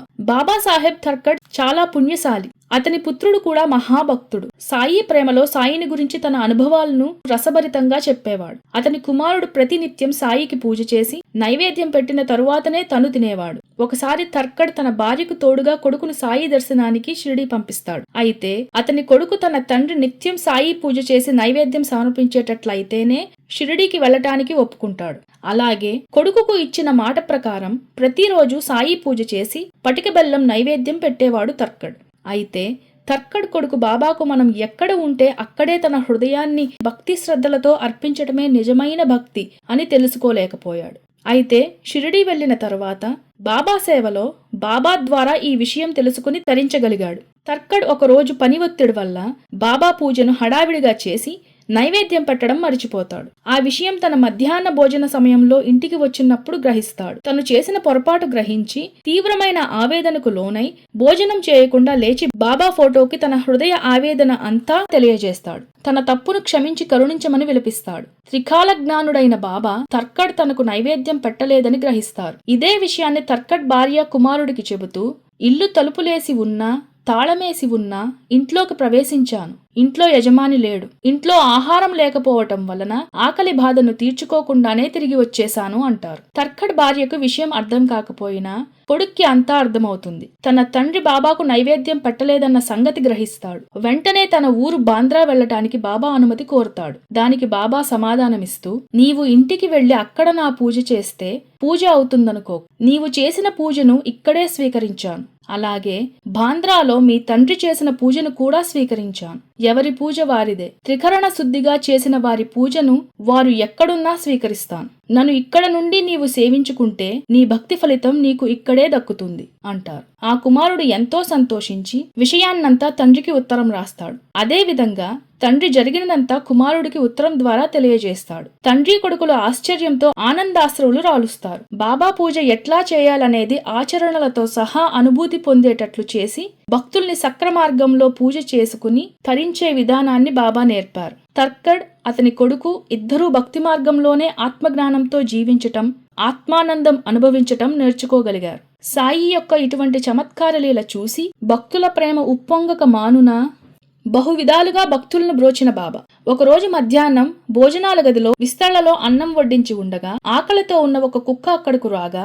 తర్కడ్ భార్య రొట్టె ముక్కలు పెడుతుంది. నిత్య క్రమానుసారం ఆమె మసీదుకు వెళ్లి అక్కడ కూర్చుని ఉండగా బాబా ఆమెతో, అమ్మా, నువ్వీ రోజు ఆకలితో ఉన్న నాకు ఎంతో తృప్తితో కడుపు నిండా భోజనం పెట్టావు. ఎప్పుడూ ఇలాగే సకల జీవులను సమానంగా ఆదరించు అంటారు. ఆమె ఆశ్చర్యంతో, బాబా, నేను మీకు భోజనం పెట్టడం ఏమిటి అని అంటుంది. నువ్వు ప్రేమతో పెట్టిన రొట్టె తిని ఇంకా త్రేపులొస్తున్నాయి. నువ్వు ఇక్కడకు వచ్చే ముందే భోజనాల గదిలో ఆకలితో అక్కడకు వచ్చిన కుక్కకు రొట్టెలు పెట్టావుగా. వానిలో ఉన్న ఆత్మ, నాలో ఉన్న ఆత్మ ఒకటే. నేను సకల చరాచర జీవులలో సంచరిస్తూ ఉంటాను. ఎవరైతే నన్ను సర్వజీవులలో దర్శిస్తారో వారు నా అనురాగానికి పాత్రులు. కనుక భేదబుద్ధి లేకుండా నన్ను ఈ విధంగానే ఆరాధించు అంటూ ఆమెను ఆశీర్వదిస్తారు బాబా. 1915లో మరొకసారి తర్కడ్ భార్య బాబాకు ప్రేమతో కోవా పంపుతుంది. పరలోకవాసి అయిన బలరాం క్రియాకర్మ చేయటానికి అతని కొడుకు గోవిందు తను షిరిడీ వెళ్తున్నానని తర్కడ్తో చెప్పాడు. షిరిడీ వెళ్తున్న అతనితో బాబాకు ఏదైనా పంపాలని తర్కడ్ భార్య ఆలోచించి తను ఇదివరకు బాబాకు నైవేద్యంగా సమర్పించిన ఆ కోవాను సూతకంలో ఉన్న ఆ అబ్బాయి చేతికిచ్చి పంపుతుంది. అయితే గోవిందు బాబా దర్శనానికి వచ్చినప్పుడు ఆ కోవా తీసుకువెళ్లడం మర్చిపోతాడు. అయితే సర్వవ్యాపకుడైన సాయి అతనికి జరిగిన విషయం గుర్తు చేసి ఆ కోవాను తిరిగి తెప్పించి దానినే నైవేద్యంగా స్వీకరిస్తారు. ఆ విధంగా బాబా ఎట్టి నియమ నిబంధనలకు లోబడకుండా ప్రేమతో సమర్పించిన ఆ కోవా నైవేద్యాన్ని సంతృప్తిగా భుజించి ఆ తల్లి కోరిక నెరవేరుస్తారు. ఆ తల్లి ఎంత పుణ్యాత్మురాలో కదా. ఒకసారి తాత్యా సాహెబ్ నూల్కర్ యొక్క స్నేహితుడైన డాక్టర్ పండితుడు సాయిబాబా దర్శనార్థం షిరిడీ వెళతాడు. మసీదుకు వెళ్లి బాబా దర్శనం చేసి సాష్టాంగ నమస్కారం సమర్పించుకుంటాడు. బాబాను చూసిన తన్మయత్వంలో మునిగి తేలుతుంటాడు. కొంతసేపైన పిమ్మట డాక్టర్ పండితుడు భక్తి పార్వస్యంతో బాబా నుదుట త్రిపుండ రేఖలు దిద్దసాగాడు. అతని ధైర్యానికి దాదా భయకంపితుడవుతాడు. నిజానికి బాబా తన నుదుట ఎవరినీ చందనం దిద్దడానికి అనుమతించేవారు కాదు. మహల్సాపతి కేవలం కంఠానికి మాత్రమే చందనం రాసేవాడు. ఇతరులు బాబా పాదాలకు మాత్రమే రాసేవారు. అతని సాహసానికి బాబా ఉగ్రుడవుతారేమోనని అనుకుంటాడు దాదా. కానీ ఎంతో ప్రసన్నంగా, సంతోషంగా డాక్టర్ చే ఆ చందనం రాయించుకుంటారు. దానితో దాదా ఆశ్చర్యంతో ఆ సాయంత్రం బాబాతో, ఎవరితోనూ చందనం రాయించుకోని మీరు ఆ డాక్టర్తో ఎలా రాయించుకున్నారు బాబా అని తన సందేహాన్ని వ్యక్తం చేస్తాడు. దానికి సమాధానంగా బాబా ప్రసన్నవదనంతో, దాదా, ఈ డాక్టర్ గురువు బ్రాహ్మణుడు, బాబా మహమ్మదీయుడు. నేను గొప్ప పవిత్ర బ్రాహ్మణుణ్ణి. ఇతన్నెట్లా పూజించాలని శంకించకుండా తన గురువును పూజించినట్లే నన్ను పూజించి నా భక్తుడయ్యాడు. అందుకే నేను అతనికి అడ్డు చెప్పలేదు. నిర్మల భక్తితో నన్ను సేవించే భక్తులకు నేను దాసానుదాసుణ్ణి అని అంటారు. బాబా వింత శయనము. బాబా 4 మూరల పొడవు, జానెడు వెడల్పు గల చెక్క పలకను 2 చివరలా పాతి, పాత చింకి గుడ్డలతో పైకప్పుకు ఉయ్యాల వలె వ్రేలాడగట్టి, తల వద్ద పాదాల వద్ద దీపాలు వెలిగించి దానిపై మెడ ఉంచుకొని కూర్చునేవారు లేదా శయనించేవారు. అయితే బాబా ఎప్పుడు ఎలా ఆ బల్లపైకెక్కేవారో, ఎలా క్రిందకు దిగేవారో కనుగొనటం ఎవరికీ సఖ్యం కాలేదు. ఆ పలక బరువునే ఆపలేని ఆ పాత గుడ్డ పీలికలు బాబా బరువుని ఆపగలగటం షిరిడీ వాసులందరికీ ఆశ్చర్యమే, మరెంతో ఆనందమే.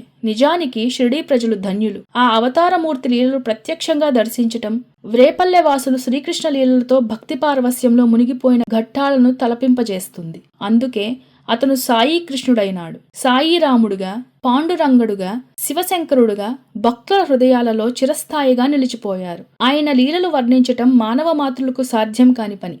బాబా దివ్య సందేశము. శ్రీ సాయిబాబా బోధించిన ఉత్తమ కార్యాలలో దాన ధర్మాలు చేయటం, ఇతరులకు ఆపద సమయాలలో సహాయం చేయడం ప్రధానమైనవి. విద్యాదానం, అన్నదానం, ఆరోగ్యదానం మొదలైనవి అవసరాన్ని, అవకాశాన్ని, శక్తిని అనుసరించి చేయాలి. సమాజ సేవ చేయాలి. హింసను విడిచిపెట్టాలి. సత్యం సర్వదా మాట్లాడాలి. ధర్మ మార్గాన్ని అనుసరించాలి.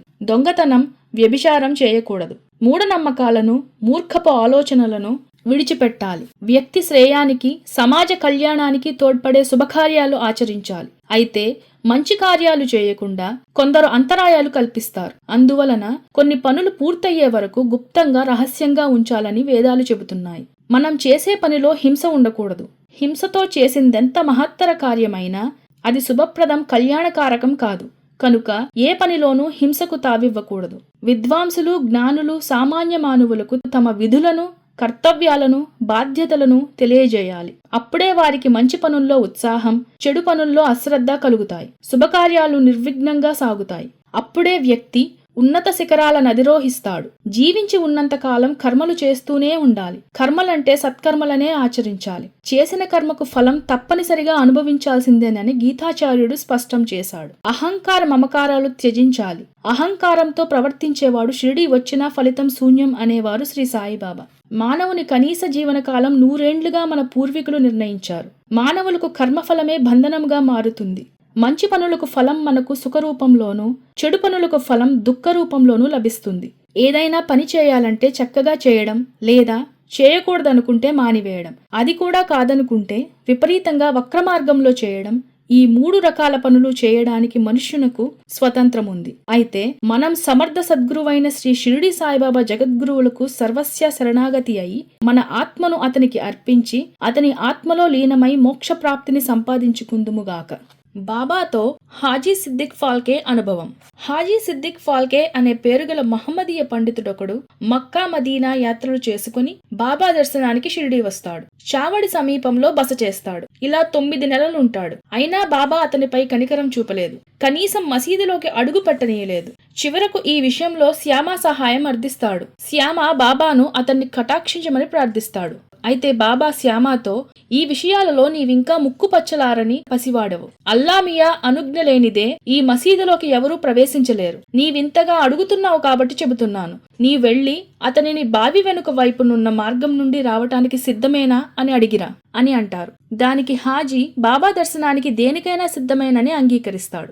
బాబా మళ్లీ 40,000 రూపాయలు 4 వాయిదాలలో ఇస్తాడా అని అడిగించగా సిద్దిక్ ఫాల్కే బాబా కోరితే 40 లక్షలైనా ఇస్తానంటాడు.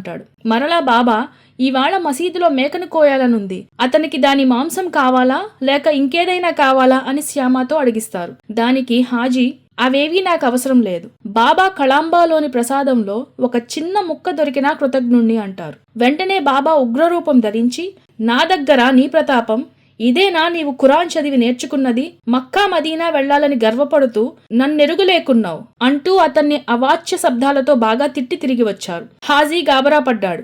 అయితే చిత్రంగా బాబా వెనువెంటనే శాంతించారు. మామిడి పండ్ల బుట్ట కొని హాజీకి పంపారు. అంతేకాదు తన జేబులో నుంచి 55 రూపాయలు తీసి అతనికిచ్చారు. అతనిని ప్రేమగా భోజనానికి ఆహ్వానించారు. అంతలోనే ఆగ్రహం, మరంతలోనే అనుగ్రహం. ఏమిటి దేవా నీ లీల? అప్పటి నుంచి హాజీ యథేచ్ఛగా బాబా వద్దకు వస్తూ పోతూ బాబా ప్రేమలో తన అహంభావాన్ని మర్చిపోయాడు. తరువాత బాబా అతన్ని బడే బాబా అని గౌరవిస్తూ తన కుడి చేతి వైపున కూర్చోబెట్టుకుంటూ తన కుడి భుజాన్ని అతని భుజం మీద పెట్టి ఆసరా తీసుకుంటూ గడిపారు. అంతేకాదు అతనికి రోజు 50 రూపాయలు ఇచ్చేవారు. ఈ విధంగా శిష్యుడు గురువు దగ్గర అంతటి సత్కారాన్ని పొందే వరకు నిరంతర కృషి చేయాలని తెలుసుకుని బాబా భక్తులందరూ నిరంతర సాధన చేసి తరించాలి. పంచభూతాధినేత బాబా. ఒకసారి షిరిడీలో భయంకరమైన మేఘగర్జనలతో, విద్యుల్లత మెరుపులతో, మంచుగడ్డలతో భయంకరమైన వర్షం కురవసాగింది. షిరిడీ వాసులంతా భయంతో మసీదులో తలదాచుకున్నారు. ఆ పెను వర్షానికి గజగజ వణికిపోయారు. ఈ ఉపద్రవం నుంచి తమని షిరిడీని కాపాడమని బాబాతో మొరపెట్టుకున్నారు. భక్తుల భయాలకు బాబా కరిగిపోయారు. అంతే, ఆకాశం వైపు తిరిగి బిగ్గరగా కేకలు వేయసాగారు. ఆ కేకలకు మసీదు అదిరిపోయింది. భక్తులు బెంబేలెత్తారు. ప్రకృతి గడగడలాడిపోయింది. తక్షణం వర్షం ఆగిపోయింది. గాలి వీచటం పూర్తిగా తగ్గింది. ఆకాశం నిర్మలమై చంద్రుడు చుక్కలు కనబడసాగాయి. క్షణాలలో ప్రకృతి అంతా ప్రశాంతమైంది. అసలేమీ జరగనట్లు నటించసాగింది. అది చూసి బాబా చిరునవ్వు నవ్వారు. అంతటి భయంకరమైన ప్రకృతి బీభత్సం నుండి తమను రక్షించినందుకు బాబాకు పాదాభివందనాలు సమర్పించుకున్నారు షిరిడి గ్రామ ప్రజలు. అలాగే మరొకసారి మధ్యాహ్న సమయంలో దునిలో నుంచి ఉవ్వెత్తున మంటలు చెలరేగసాగాయి. ప్రచండ అగ్నిజ్వాలలు మసీదు పైకప్పునంటుకున్నాయి. ఇహ మసీదు దహనమైపోతుందని అంతా భయపడసాగారు. అయితే బాబా ఏమాత్రం చలించలేదు. అగ్నిజ్వాలల వైపు కోపంగా చూస్తూ దుని దగ్గర స్తంభం పైన సటకాతో ఒక దెబ్బ వేస్తూ, వెనక్కి వెళ్ళు, శాంతించు, శాంతించు అని బిగ్గరగా అరవసాగారు. అంతే, మంత్రం వేసినట్లు అగ్నిదేవుడు ఆరిపోయాడు. మసీదంతా మంచు కురవడం ప్రారంభించింది. ఆ విధంగా బాబా పంచభూతాలపై తన ఆధిక్యాన్ని నిరూపించారు. అందుకే పంచభూతాలను శాసించగలిగారు. కాకా మహాజని బాబు సాహెబ్ దుమాల్లా అనుభవం. ఒకసారి కాకా మహాజని బొంబాయి నుండి షిరిడీలో జరిగే ఉత్సవాలకు వారం రోజులుండాలనే ఉద్దేశంతో బయలుదేరుతాడు. శ్రీకృష్ణ జన్మాష్టమి ఉత్సవంలో భక్తులందరూ ఆనంద నృత్యం చేస్తూ ఉంటారు. అయితే బాబా దర్శనానికి ఉత్సవాలకు వెళ్లిన కాకాను బాబా నీ తిరుగు ప్రయాణం రేపే అంటారు. కాకా బొంబాయి తిరిగి వెళ్ళిపోతాడు. అంతేకాదు మతిపోయి తన రాక కోసం ఎంతో ఆతృతగా ఎదురు చూస్తున్న తన యజమానికి ఆనందం కలుగజేస్తాడు. ఆ యజమాని కాకా రాకతో స్థిమితపడి అతన్ని ఎంతో పొగుడుతాడు. అలా బాబా కాకా మహాజని యజమాని కోరిక ప్రకారం అతన్ని తిరిగి బొంబాయి పంపించి తన లీలలు ప్రదర్శిస్తారు. భక్తులకు ఆనందం కలుగజేస్తారు. అలాగే ఒకసారి నాసిక్కు చెందిన ప్రఖ్యాత న్యాయవాది బాపు సాహెబ్ దుమాల్ షిరిడీలో బాబా దర్శనం చేసుకుని తిరిగి వెంటనే వెళ్లాలనుకుంటాడు. అయితే బాబా అతన్ని షిరిడీలో వారం రోజులకు పైగా ఉండేటట్లు చేస్తారు. అతను కేసు వాదించవలసిన గ్రామం నిఫాడ్ లోని న్యాయాధీశునికి విపరీతమైన కడుపు నొప్పి రావటం వలన కేసు వాయిదా పడుతుంది. బాబా మాటపై గౌరవ విశ్వాసాలుంచి కేసు విషయం పట్టించుకోకుండా ఆ సమయం అంతా బాబా వద్ద గడిపి దుమాల్ ధన్యుడైనాడు. చివరకు దుమాల్ బాబా ఆశీస్సులతో ఆ కేసు గెలిచి యశస్సు పొందాడు. బాబాతో భక్తుల వింత అనుభవాలు. నానాసాహెబ్ నిమోన్కర్ న్యాయాధీశుడు. అతను అతని భార్య సాయి భక్తులు. ఇతడు శ్యామాకు పెదనాన్న వరుస అవుతాడు. నిమోన్కర్ దంపతులు ప్రతిరోజు బ్రాహ్మీ ముహూర్తంలో స్నానం చేసి కాకడా హారతికి పూజకు, మసీదుకు, చావడికి నిత్యం వెళ్లేవారు. ఎప్పుడూ భక్తి ప్రపత్తులతో బాబా చెంతనే ఉంటూ సేవ చేసేవారు. ఒకరోజు వారి కుమారుడు అస్వస్థగా ఉండటం వలన నిమోన్కర్ భార్య బేలాపూర్ వెళ్లవలసి వచ్చింది. అయితే నిమోన్కర్ ఆమెను మర్నాడే రమ్మని ఆదేశిస్తాడు. అయితే వారి దేవుడు సాయి కనుక అనుమతి కోసం సాయి వద్దకు వెళ్తారు ఆ దంపతులు. అప్పుడు సమస్త భక్త జనసందోహం ఎదుట బాబా సమయోచితంగా ఆమెతో త్వరగా వెళ్ళు, అక్కడందరినీ పరామర్శించి 4 రోజులుండి మరలా షిరిడీరా అంటారు. అప్పటి వరకు విచలిత మనస్కురాలుగా ఉన్న ఆమె మనస్సు బాబా మాటలతో శాంతిస్తుంది. నిమోన్కర్ కూడా బాబా మాటలు భావార్థమెరిగి ఎంతో తృప్తి చెందుతాడు. మూలే శాస్త్రి సద్బ్రాహ్మణుడు, మహాపండితుడు, అనేక శాస్త్రములను ఔపోసన పట్టినవాడు. షిరిడీలో ఉన్న శ్రీమంతుడైన బాపు సాహెబ్ బూటేని కలుసుకుని వెంటనే తిరిగి వెళ్లాలనుకుంటాడు. అయితే బూటేను కలిసి మాట్లాడి అతని సలహాపై సాయిబాబాని కలుద్దామని మసీదుకు వెళతాడు మూలే శాస్త్రి. సాయి దర్శనం చేసుకుంటాడు. సాయి ఎడల నిర్లప్తంగా ఉంటాడు. కానీ అక్కడ భక్తులతో తదాత్మ్యం చెందుతున్న సాయిబాబా హస్తరేఖలు పరిశీలించటానికి విఫలయత్నం చేస్తాడు. మళ్లీ హారతికి మసీదుకు రమ్మని జోగ్ అడిగినప్పుడు సాయంత్రం తిరిగి సాయి దర్శనం చేసుకుంటానని వెళ్ళిపోతాడు.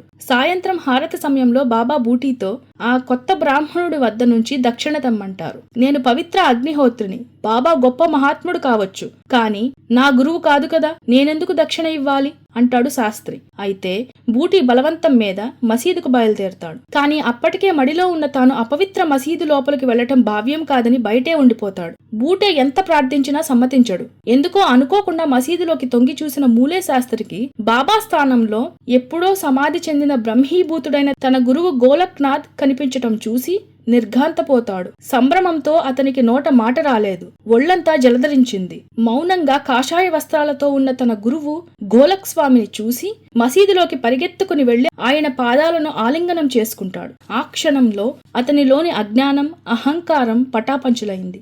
బాబా పట్ల ప్రీతి ఏర్పడింది. బాబా శిరస్సుపై పూలు జల్లి పాదాలపై తన తలనుంచాడు. మడిలో ఉన్న మాట ఎవరినీ తాకకూడదన్న విషయం మరిచిపోయి బాబా పాదాలకు సాష్టాంగ నమస్కారం చేస్తాడు. తను తిరిగి లేచి కళ్ళు తెరవగా గోలక్నాథ్ స్థానంలో బాబా కనబడతారు. అంతేకాదు, సాయి నవ్వుతూ తనను దక్షిణ నడుగుతుండటం కనిపించింది. ఆనందాశ్రువులతో, భక్తి పారవస్యంతో తిరిగి బాబా చరణాలపై శిరసు వంచి నమస్కరించి తన దగ్గర ఉన్న మొత్తాన్ని సంతోషంతో దక్షిణగా సమర్పిస్తాడు. అంతేకాదు, నాకు సద్గురువు లభించాడు అని బిగ్గరగా కేకలేస్తాడు. ఇదే సాయి మహారాజు లీల. ఒకసారి ఒక మామలతాదారు తన మిత్రుడైన ఒక డాక్టర్ను వెంట తీసుకుని సాయి దర్శనానికి షిరిడీ వెళ్తాడు. కానీ రామభక్తుడైన ఆ డాక్టర్ ముస్లిమాను అయిన సాయికి నమస్కారం చేయనని అంటాడు. అయితే సాయి మహారాజు ఆ డాక్టర్ కు రాముడిగా కనబడి ఆశీర్వదిస్తారు. అది చూసి డాక్టర్ విస్మితుడై, మీరు ముస్లిమాన్ కాదు, యోగ సంపన్నుడైన అవతారమూర్తి, సాక్షాత్తు సాయిరాముడు అని అంటాడు. కానీ రెండవ రోజు సాయినాథుడు అనుగ్రహిస్తే తప్ప మసీదులోకి అడుగు పెట్టనని ఉపవాస వ్రతం మొదలు పెడతాడు. కానీ 4వ రోజు అకస్మాత్తుగా అతని స్నేహితుడు రాగా అనుకోకుండా అతనితో కలిసి సాయి దర్శనం చేసుకుంటాడు. బాబా అప్పుడు అతనితో, ఏం డాక్టర్, ఎవరైనా నిన్ను రమ్మని పిలిచారా? ఎందుకు వచ్చావు చెప్పు అంటారు నవ్వుతూ. సాయి లీలలో అర్థం చేసుకున్న ఆ డాక్టర్ తన ఊరుకు వెళ్లిన 15 రోజుల వరకు కూడా ఆ సంపూర్ణ ఆనంద స్థితిని అనుభవించగలిగాడు. భీమాజీకి స్వప్న వైద్యం చేసిన బాబా. మహారాష్ట్రలోని పూనా జిల్లా జున్నూరులో నారాయణగాంకి భీమాజీ పటేలుగా ఉండేవాడు. అతడు చాలా సంపన్నుడు. దాన ధర్మాలలో అతడు అందవేసిన చేయి. నిత్యాన్నదానాలతో ఆ ఇల్లు కళకళలాడుతూ ఉండేది. అయితే విధివశాత్తు 1909లో భీమాజీకి దగ్గు, జ్వరంతో భయంకరమైన క్షయరోగం సంప్రాప్తిస్తుంది. చేయించిన వైద్యం లేదు, తిరగని ప్రదేశం లేదు. ఎన్ని మందులు వాడినా, ఎందరి దేవతలకు మొక్కుకున్నా రోగం తగ్గలేదు సరికదా. అంతకంతకు పెరగసాగింది. భయంతో ప్రాణాలపై ఆశ వదులుకున్నాడు భీమాజీ. తీవ్రమైన నిరాశ నిస్పృహలతో, బాధతో జీవితాన్ని వెళ్లదీస్తున్నాడు. భగవత్ సంకల్పం తన వ్యధను, బాధను షిరిడీలో ఉన్న నానా చంద్రకర్కు ఉత్తరం ద్వారా తెలియజేస్తాడు. ఒక క్షయరోగమేమిటి, ఎట్టి భయంకర వ్యాధినైనా సాయి దర్శనం మాత్రమే నయమవుతుంది. అందుచేత వెంటనే షిరిడీ రమ్మని ప్రత్యుత్తరమిస్తాడు నానా చంద్రోకర్. వెంటనే బంధుమిత్రులను, ఆప్తులను వెంటబెట్టుకుని షిరిడీ ప్రవేశిస్తాడు భీమాజీ. భీమాజీని 4 మనుషులు మోసుకు వచ్చి మసీదు పైకి తీసుకువస్తారు. ఇంతలో గబగబా నానాసాహెబ్, శ్యామ అక్కడికి వస్తారు. భీమాజీ పాటిల్ను దూరం నుంచే చూసిన బాబా శ్యామతో, ఈ దొంగను ఎక్కడి నుంచి తీసుకువచ్చి నాపై వేశారు? ఇది మంచి పనేనా అంటారు. గడగడా వణికిపోయిన భీమాజీ బాబా పాదాలపై పడి, సాయినాథ, అనాథనాథ, నన్ను రక్షించు అంటూ అతి దీనాతి దీనంగా వేడుకుంటాడు. కృపాసాగరుడైన సాయి మందస్మిత వదనంతో, రా భీమా, కూర్చో, ఇంకేం దుఃఖపడకు, జ్ఞానులు దుఃఖపడరు. షిరిడీలో కాలు పెట్టగానే నీ పాప కర్మ నశించిపోయింది. షిరిడీ ప్రవేశం సర్వ దుఃఖహరం.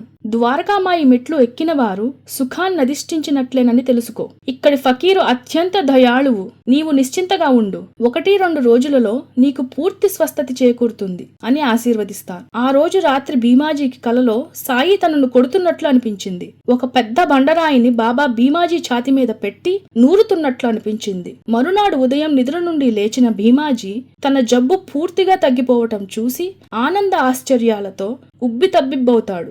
బాబాను అనేక విధాలుగా స్తుతిస్తాడు. ఈ విధంగా బాబా కేవలం తన దర్శన భాగ్యంతోటే భయంకరమైన భీమాజీ క్షయరోగాన్ని అంతమొందిస్తారు. కేవలం బాబా యొక్క శబ్దాలే ప్రమాణం. అవే రామబాణం లాంటి ఔషధాలు. సంపూర్ణ ఆరోగ్యవంతుడైన భీమాజీ భక్తి పారవస్యంతో ఆనందాశ్రువులు రాలుతుండగా సాయినాథుని పాదాలకు సాష్టాంగ దండ ప్రణామాలాచరిస్తాడు.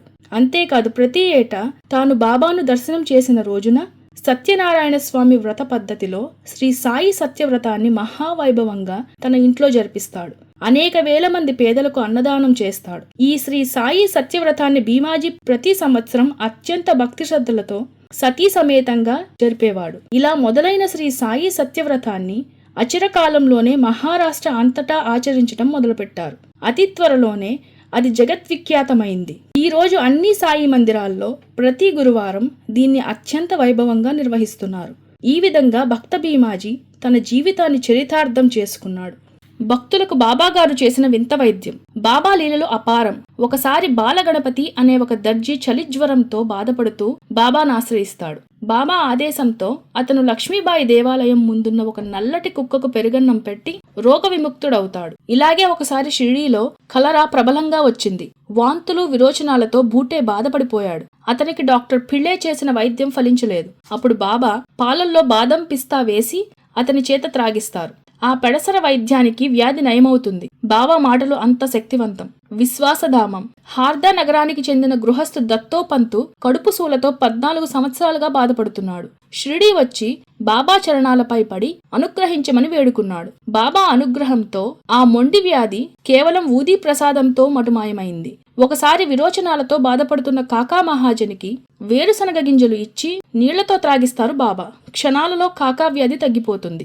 నాందేడ్ నగరంలో పార్సీ మతస్థుడైన రతన్ ప్రముఖ వ్యాపారేగాక దానశీలి, ధార్మికుడు, ధనవంతుడు.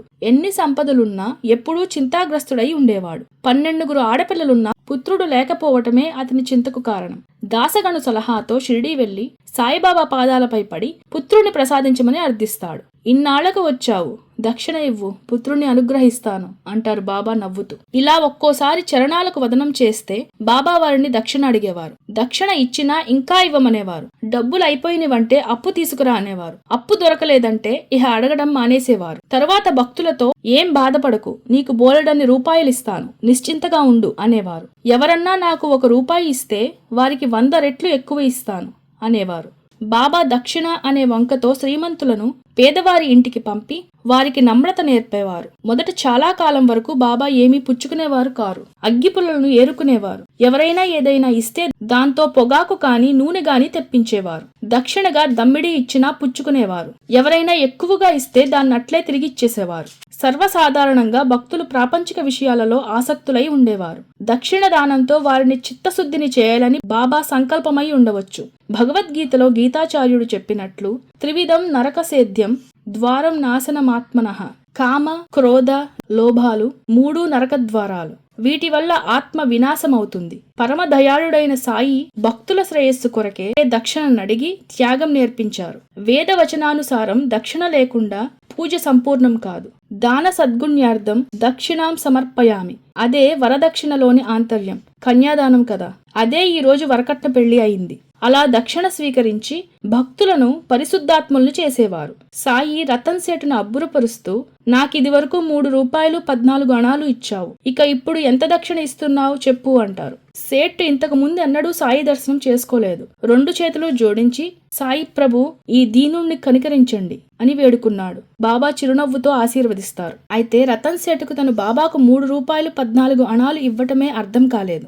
దాసగణకు బాబాతో జరిగిన సంభాషణ అంతా వివరంగా చెప్తాడు. రతన్ సేట్ అంతకు మునుపే మౌల్వీ సాహెబ్ అనే ఒక ఆవులియాకు పూలు పళ్ల రూపంలో ఈ రూపాయలు ఇచ్చినట్లు దాసగను తెలుసుకుంటాడు. అయితే సాయి వేరు, మౌల్వీ వేరు కాదు, ఇద్దరూ ఒకటే అనే పరమార్థాన్ని రతన్ సేటుకు వివరించి చెప్తాడు దాసగను. బాబా ఆశీర్వచనం ప్రకారం ఆ తరువాత రోజులలో రతన్ సేటుకి పుత్ర సంతానంతో పాటు మరో పుత్రిక కూడా కలుగుతుంది. రతన్ పట్టరాని ఆనందంతో షిరిడీ వెళ్లి సాయినాథుని పాదాలపై పడి తదాత్మ్యం చెందుతాడు. చోల్కర్ అనునతుడు ఒక పేద గుమస్తా. జీతం ఖాయం కావాలంటే వాళ్ళు పెట్టే పరీక్ష పాస్ అవ్వాలి. అలా పాస్ అయితే బాబా పేరున పటిక బెల్లం పంచుతానని మొక్కుకుంటాడు. అందుకోసం డబ్బు కావాలి. పేదవాడైన చోల్కర్ డబ్బు ఆదా కోసం టీలో చక్కెర వేసుకోకుండా త్రాగేవాడు. అలా ఆదా చేసిన డబ్బుతో షిరిడీ వెళ్లి సాయి దర్శనం చేసుకుని బాబా సమక్షంలో తన మొక్కుబడులు తీర్చుకుంటాడు. అప్పుడు బాబా దగ్గరే ఉన్న జోగ్తో చోల్కర్ కు బాగా ఎక్కువగా చక్కెర వేసి టీ ఇవ్వమంటారు. అలా బాబా ఎందుకన్నారో తెలుసుకున్న చోల్కర్ ఆశ్చర్యపోతాడు. అప్పుడు బాబా వారితో, నాకు చెప్పకపోయినా మొక్కుబడి తీర్చడం కోసం చోల్కర్ టీలో చక్కెర లేకుండా త్రాగటం నాకు తెలుసు అని నవ్వుతూ అంటారు. సర్వాంతర్యామికి తెలియనిదేమున్నది? బల్లులతో చమత్కారం. ఒకసారి మసీదులో బల్లి కిచకిచా శబ్దం వినిపిస్తుంది. దానికి బాబా భక్తులతో ఔరంగాబాదు నుండి తన సోదరి వస్తుందన్న ఆనందంతో అది అలా అరుస్తుందని చెబుతారు. ఇంతలో ఔరంగాబాదు నుండి ఒక గృహస్థుడు గుర్రం పైన మసీదుకు వస్తాడు. గుర్రానికి దానా తేవాలని తనతో తెచ్చిన గోనె సంచిని తిరగేసి దులిపాడు. ఆ సంచిలో నుంచి ఒక బల్లి పడి గాబరాగా తిరుగుతూ మసీదులోకి వెళ్లి అక్కడ ఉన్న తన సోదరుని కలుసుకుంటుంది. బాబా చేసిన ఈ చమత్కారం భక్తుల విశ్వాసాన్ని ద్విగుణీకృతం చేస్తుంది. బ్రహ్మజ్ఞానం ఆత్మసాక్షాత్కార బోధన. బ్రహ్మజ్ఞానం సంపాదించడం కోసం బాబా వద్దకు వస్తాడు ఒక వ్యక్తి. బాబా అతని ముందే ఒక కుర్రాన్ని 5 రూపాయల అప్పు కోసం అనేక మంది వద్దకు పంపిస్తారు. కానీ ఎవరూ ఇవ్వలేదని వట్టి చేతులతో తిరిగి వస్తాడు ఆ కుర్రవాడు. అయితే బ్రహ్మజ్ఞానం కోరిన ఆ వ్యక్తి జోబిలో 250 రూపాయలు ఉన్న విషయం బాబాకు తెలుసు. కావాలనే అప్పు కోసం ఆ కుర్రవాణ్ణెలా పంపారు. లోబి అయిన ఆ వ్యక్తికి బాబాకు 5 రూపాయలు అప్పుగా ఇవ్వటానికి మనస్కరించలేదు. అట్టి వ్యక్తి బ్రహ్మజ్ఞానం పొందటానికి అర్హుడా? ఆ వ్యక్తి ఆతృతగా బాబా బ్రహ్మను చూపించు అని అడుగుతాడు. అప్పుడు బాబా, బ్రహ్మను చూపించటానికే నా ఈ ప్రయత్నమంతా. బ్రహ్మజ్ఞాన మార్గం చాలా కష్టతరమైంది. దానికోసం మనోబుద్ధి అహంకారాలను గురువు ముందు సర్వస్య శరణాగతి చేయాల్సి ఉంటుంది. నేను బద్ధుణ్ణి కావాలన్న దృఢ నిశ్చయం, ఆసక్తి ఉన్నవారే బ్రహ్మజ్ఞానానికి అర్హులు. బదులన్న జ్ఞానమే లేకపోతే ఇక బ్రహ్మ ఎక్కడిది? ఓంకారం పరమాత్మ నోటి నుంచి వచ్చిన మొట్టమొదటి శబ్దం. అందుకే దాన్ని ప్రణవం అన్నారు. అది ఆత్మకు ఆధారం. సర్వ వేదాల సారమైన ప్రణవ స్వరూపమే ఓంకారం. బ్రహ్మచర్యాన్ని పాటించి సాధించిన దానినే ఓం అని అంటారు. బ్రహ్మచర్యం అంటే పెళ్లి చేసుకోకుండా ఉండటం కాదు. పెళ్లి చేసుకుని కూడా బ్రహ్మచర్యం పాటించవచ్చు. ఓంని ఉచ్చరించినంత మాత్రాన దాని అర్ధసారం స్ఫురిస్తుంది.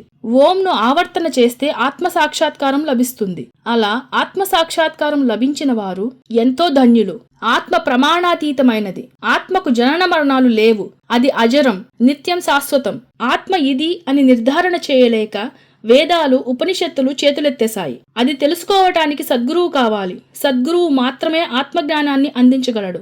అజ్ఞానం తొలగిపోయి జీవునికి అత్యంత అభీష్టమైన మోక్షాన్ని పొందగలడు. ఆత్మను తెలుసుకున్న వారే శోకరహితులు, ధీమంతులు, ధైర్యవంతులు. ఏకాగ్రత చిత్తం లేని వారికి ఆత్మప్రాప్తి కలుగదు. ఆత్మజ్ఞానం కలుగగానే సర్వం కరతాళమలకమవుతుంది. కర్మలను చేయకున్నా, కుసంస్కారంగా ఉన్నా బ్రహ్మానుభవం సంభవించదు. వేదాంత నిష్ణాతులు బ్రహ్మతత్వం, సత్యజ్ఞానం మొదలగు లక్షణాలతో కూడియున్నదని వర్ణించారు. రామకృష్ణ పరమహంస దిగంబర యోగి వల్ల సాకారం నుంచి నిరాకారానికి, భక్తి మార్గాన్ని జ్ఞానంతో జయించి యోగ మార్గంలో ఆత్మానందానికి చేరుకోగలిగారు. సర్వత్రా శరణాగతి అయిన వారినే గురువు అనుగ్రహిస్తాడు. అతడు గురువు ద్వారా జ్ఞానాన్ని పొంది ప్రాజ్ఞుడవుతాడు. నేను అప్పు అడిగిన దానికన్నా నీ జోబిలో 50 రెట్లు అధికంగా ఉండగా నీవు ఊరికే చోద్యం చూస్తూ కూర్చున్నావు. ఆ రూపాయలు బయటికి లాగు, బ్రహ్మ నీ జోబిలోనే ఉన్నాడు అని బోధ చేస్తారు బాబా. అప్పుడు ఆ గృహస్థుడు తన జోబిలో నుంచి ఆ రూపాయలు తీసి లెక్కపెట్టగా సరిగా బాబా చెప్పినట్లు 250 రూపాయలున్నాయి. తన అజ్ఞానానికి సిగ్గుపడి బాబా పాదాలపై పడి క్షమించమని వేడుకుంటాడు. అప్పుడు బాబా, మనిషికి లోభం పనికిరాదు. బ్రహ్మ, లోభి భద్రశత్రువులు. త్యాగగుణం అలవర్చుకోవాలి. నా ఆధ్యాత్మిక భాండాగారం పూర్తిగా నిండి ఉంది. కానీ అడిగే వారి శక్తిని చూసి వారు భరించగలిగినంత మాత్రమే ఇస్తాను అంటారు. షిరిడీలో అవతరించిన ఈ పరమ భాగవతోత్తముని చాలా కాలం వరకు ఎవరూ తెలుసుకోలేకపోయారు. బ్రహ్మజ్ఞానం కోసం వచ్చిన ఆ వ్యక్తి బాబా ఆశీర్వచనాలతో తృప్తి చెంది వెనుదిరిగిపోతాడు. 2వ రోజు పారాయణం సంపూర్ణం. ఓం సాయిరాం.